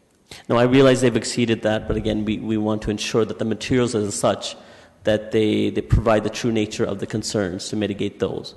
And yes, requests can be made, and any types of requests can be made, and they can be answered with a no. But ensuring that the ultimate goal is achieved, could the approval be subject to, again, similar to what's outlined in the urban design manual, but a wall used for acoustic barrier as opposed to board-on-board fencing? Could the committee give that direction to staff as part of the approval? That the approval be subject to a fencing of 8 foot, but of those materials. Through you, Chair. What the applicant is proposing is a wooden acoustic fence. So the materials that it is built with does provide a noise attenuation. In this situation, we didn't require a noise study, so there's no requirement for the type of noise wall that the residents are recommending. We could request it through site plan. It would have to be agreeable to the owner. Otherwise, there could be an opportunity for appeal if they did not want to put out the cost for that type of a wall, because it's not required. So have you already got an answer from the applicant that they would not entertain that as an option? Do we already have a firm answer from the applicant? What we're hearing here tonight is that the wooden acoustic fence at 10 feet in height is what they're willing to put forward. 8 foot in height. Mr. Chair, would it be able to quickly get reference from the applicant, seeing if they would be amenable to the changing of material? We can ask that question, yes. Well, I can ask you to come down to the mic, sir.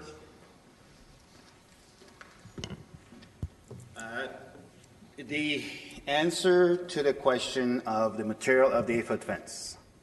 Just give you an example of the costing we've done from the wooden material to the acoustic material that it's on discussion right now. It's about 8 times the cost of the material-wise. Now, we've gone from 6 foot to 8 foot. We will consider some alternatives to improve the quality of the material. But I think 8 times the cost of the wooden fence is exorbitant. It's a little too much to bear at this point after the severe cost of other things that we had to go through to get to this point, to build the median and fences, etc. Definitely we will consider. We have spoken to the neighbors, especially today and the last neighborhood meetings. No, I appreciate you said you would consider. I think there needs to be a little bit more of a confidence given, because, again, that can change afterwards. And really what we're looking at is this committee, and what I would be proposing and encouraging this committee to take direction of. But that's what I see, and you were there at the public meeting. And really the essence of what the ask was that day was of a more of an acoustic barrier as opposed to the board-on-board. That provides some noise mitigation, but not the optimal. And that's the same feedback I've heard from outside the PIC as well. If I may add, this fence here follows an acoustical fence design that's accepted by the City of Mississauga. So it's specifically built to those specs and will provide approximately 10 dBH reduction in noise, particularly at the ground level where these neighbors are hearing the noise. To go to the reflective sound wall, just to have the material dropped off at the site, just material, not installation, is $45,000. And again, sort of two strikes on that. The noise study didn't require one in the first place, and certainly wouldn't require one to this extent. And I believe that a solid wood fence is more conducive to the abutting residential that looks like this. I would also ask you to keep in mind that the registered site plan agreement will require that for the life of the development, this fence is maintained by the property owner. So the residents have it maintenance-free. They don't have to touch it or do anything with it. It's the landowner to maintain it forever for the life of the development. What I would suggest is if the committee respectfully could consider an add-on to the motion to indicate that the fence detail and design would be further reviewed in the site plan control agreement to upgrade the fence respectfully from what is shown here to include some further dBH reduction or noise reduction. Okay, thank you. Councillor Marsh. If I could ask the owner to stay up, I have a question for you. Okay. So I'm trying to understand what's at the root of this is, you've taken a risk here, really. You've got this property. It's not zoned for the use you want to have. So I'm just trying to understand if this application were denied, what does that mean for you? Have you already made an arrangement with the owners of the A&W? Do you own this franchise? Or I'm trying to understand how does it impact you? Personally, I am just a developer, property owner. I do not have a franchise operation here.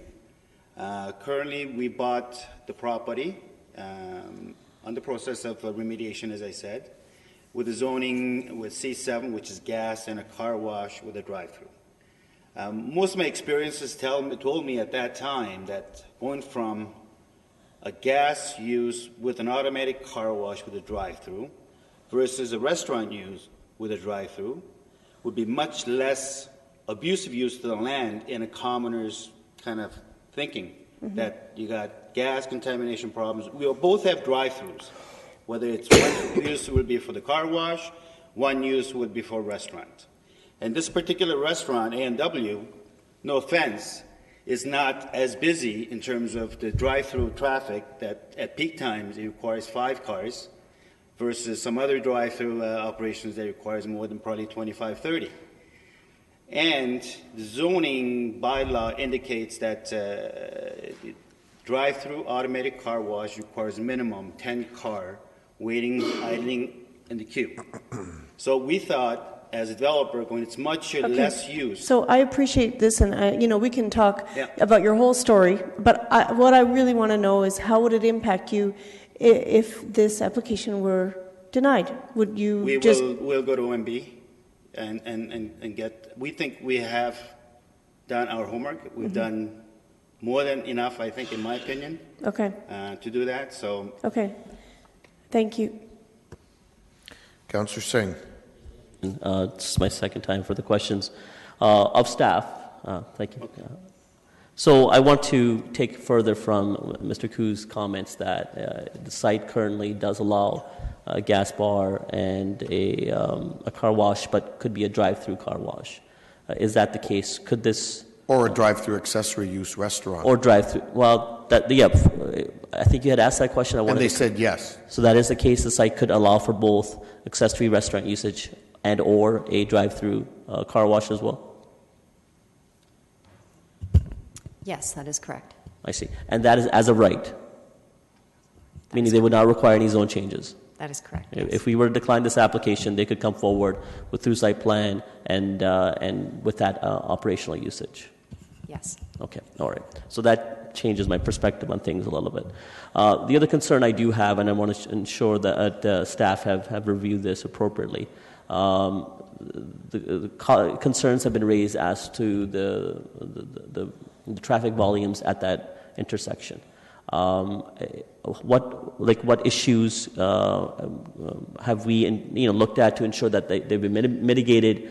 I see that the one exit is only right in, right out, but from Strasbourg, from a turning lane. Do you have data that collaborates that is appropriate distance setback from that intersection and mitigates all concerns?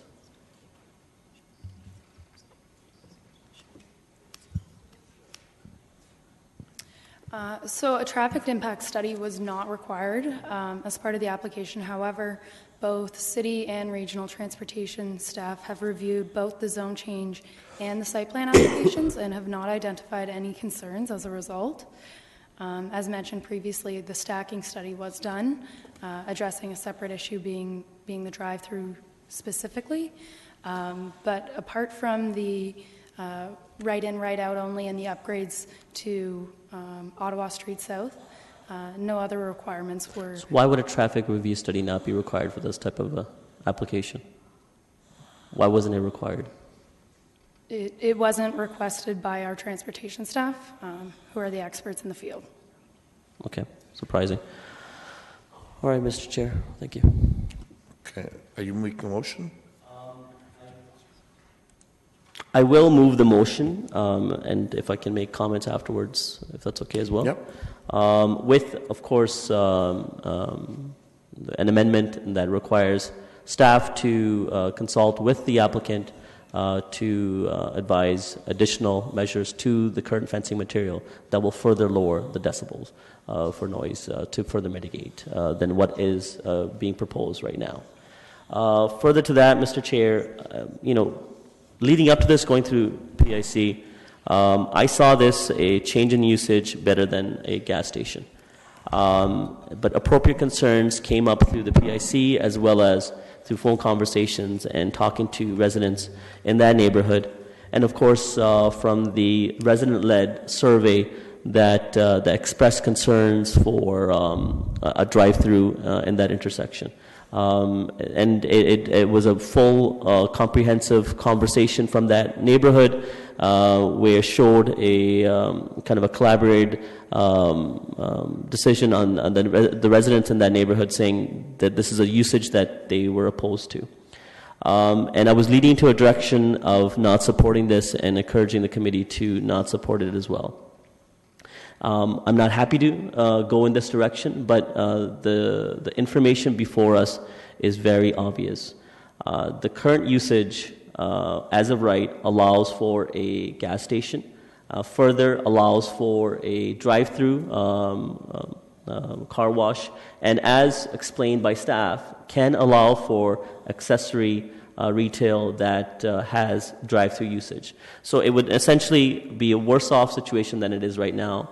Further go back to contaminating the site as it has been remediated, which could truly affect the abutting property owners in the back, and at the same time cause the same issues of the drive-through that would be caused through the A&W. This is not something I would hope or I had wished that the property owner going through the PIC and hearing comments to the residents would have on their own consider some different usages, but them knowing that again the usages are a lot worse that are available to them as of right, and again if they don't get the support of this committee, they can go to the OMB and probably be successful in that avenue as well. And we would be incurring additional expenses of having to go against the recommendation of our staff if this committee were to oppose what our staff are recommending. I don't see a clear path of victory out of this. What I do see is we can ensure, and I think we have given direction to staff that through the site plan process, and apart from the fence alone, that through the comments of this committee, through the comments received through the delegation, that all measures be taken to further mitigate issues of noise, smell, and of course, aspect of environmental issues, of concerns of idling vehicles. So as to that parking, as where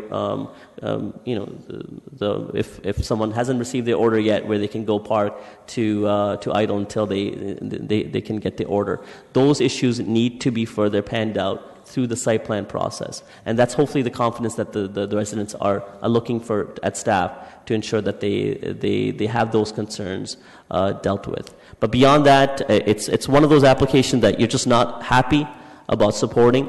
You can do the political thing of saying, I'll just not support it for the sake of it. But knowing now information that they didn't have before, that the property owner can go ahead with usage that could be far worse, still with a drive-through, it doesn't make sense for us to oppose the application and then go through the OMB process of arguing against our staff recommendation. So reluctantly, I will support it. I don't think it's good usage at this corner, but knowing the information before us, we don't have any other choice.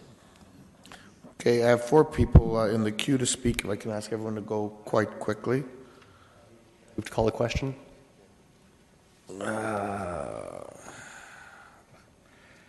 You probably can, but let me just refresh my memory what the rules say around this. You can check with the clerk too.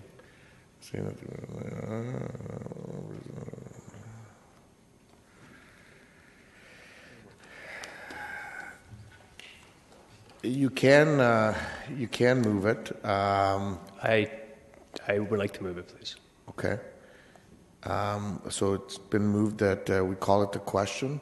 All those in favor of a recorded vote of calling it the question? So all those in favor of calling it the question? All those opposed? The motion does not carry. If I can just ask everyone to keep it short, because we have 12 minutes, or we're going to need a motion to go past 11. Can we just do the motion now? Okay, we can.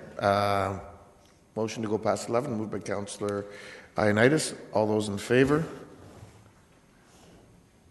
Opposed? That's carried. Thank you. Councillor Schneider. Thank you, Mayor. I share the same frustrations and concerns that Councillor Singh has. I look at this picture. All the restaurants with drive-thrus are not abutting a residential area.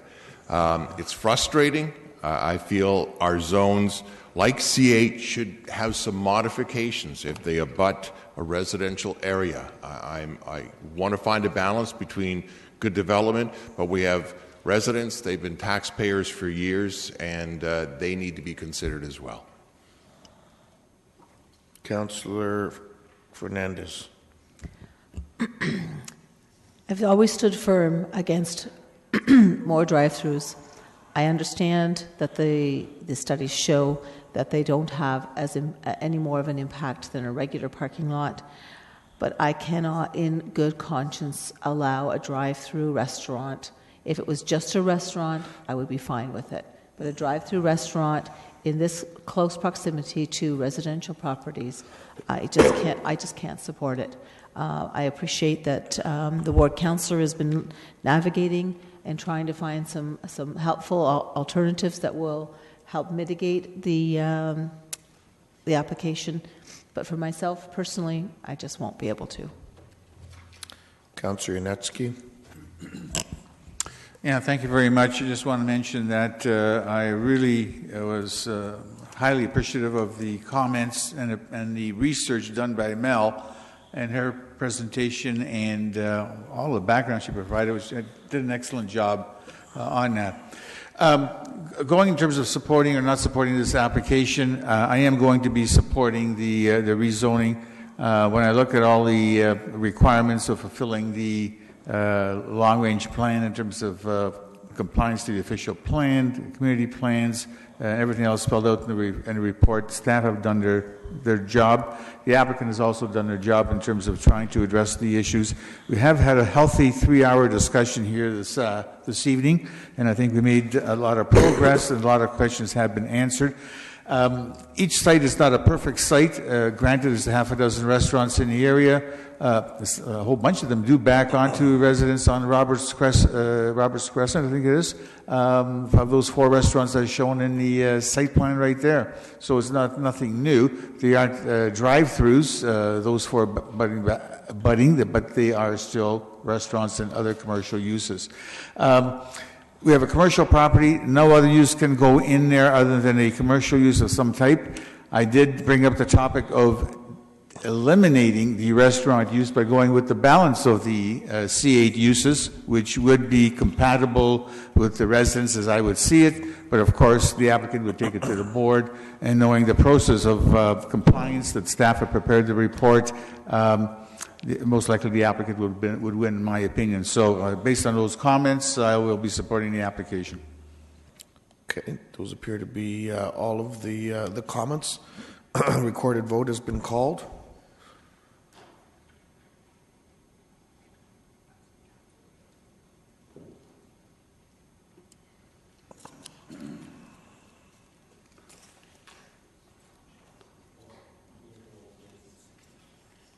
Oh, okay. I'm voting yes. I presume you're voting yes?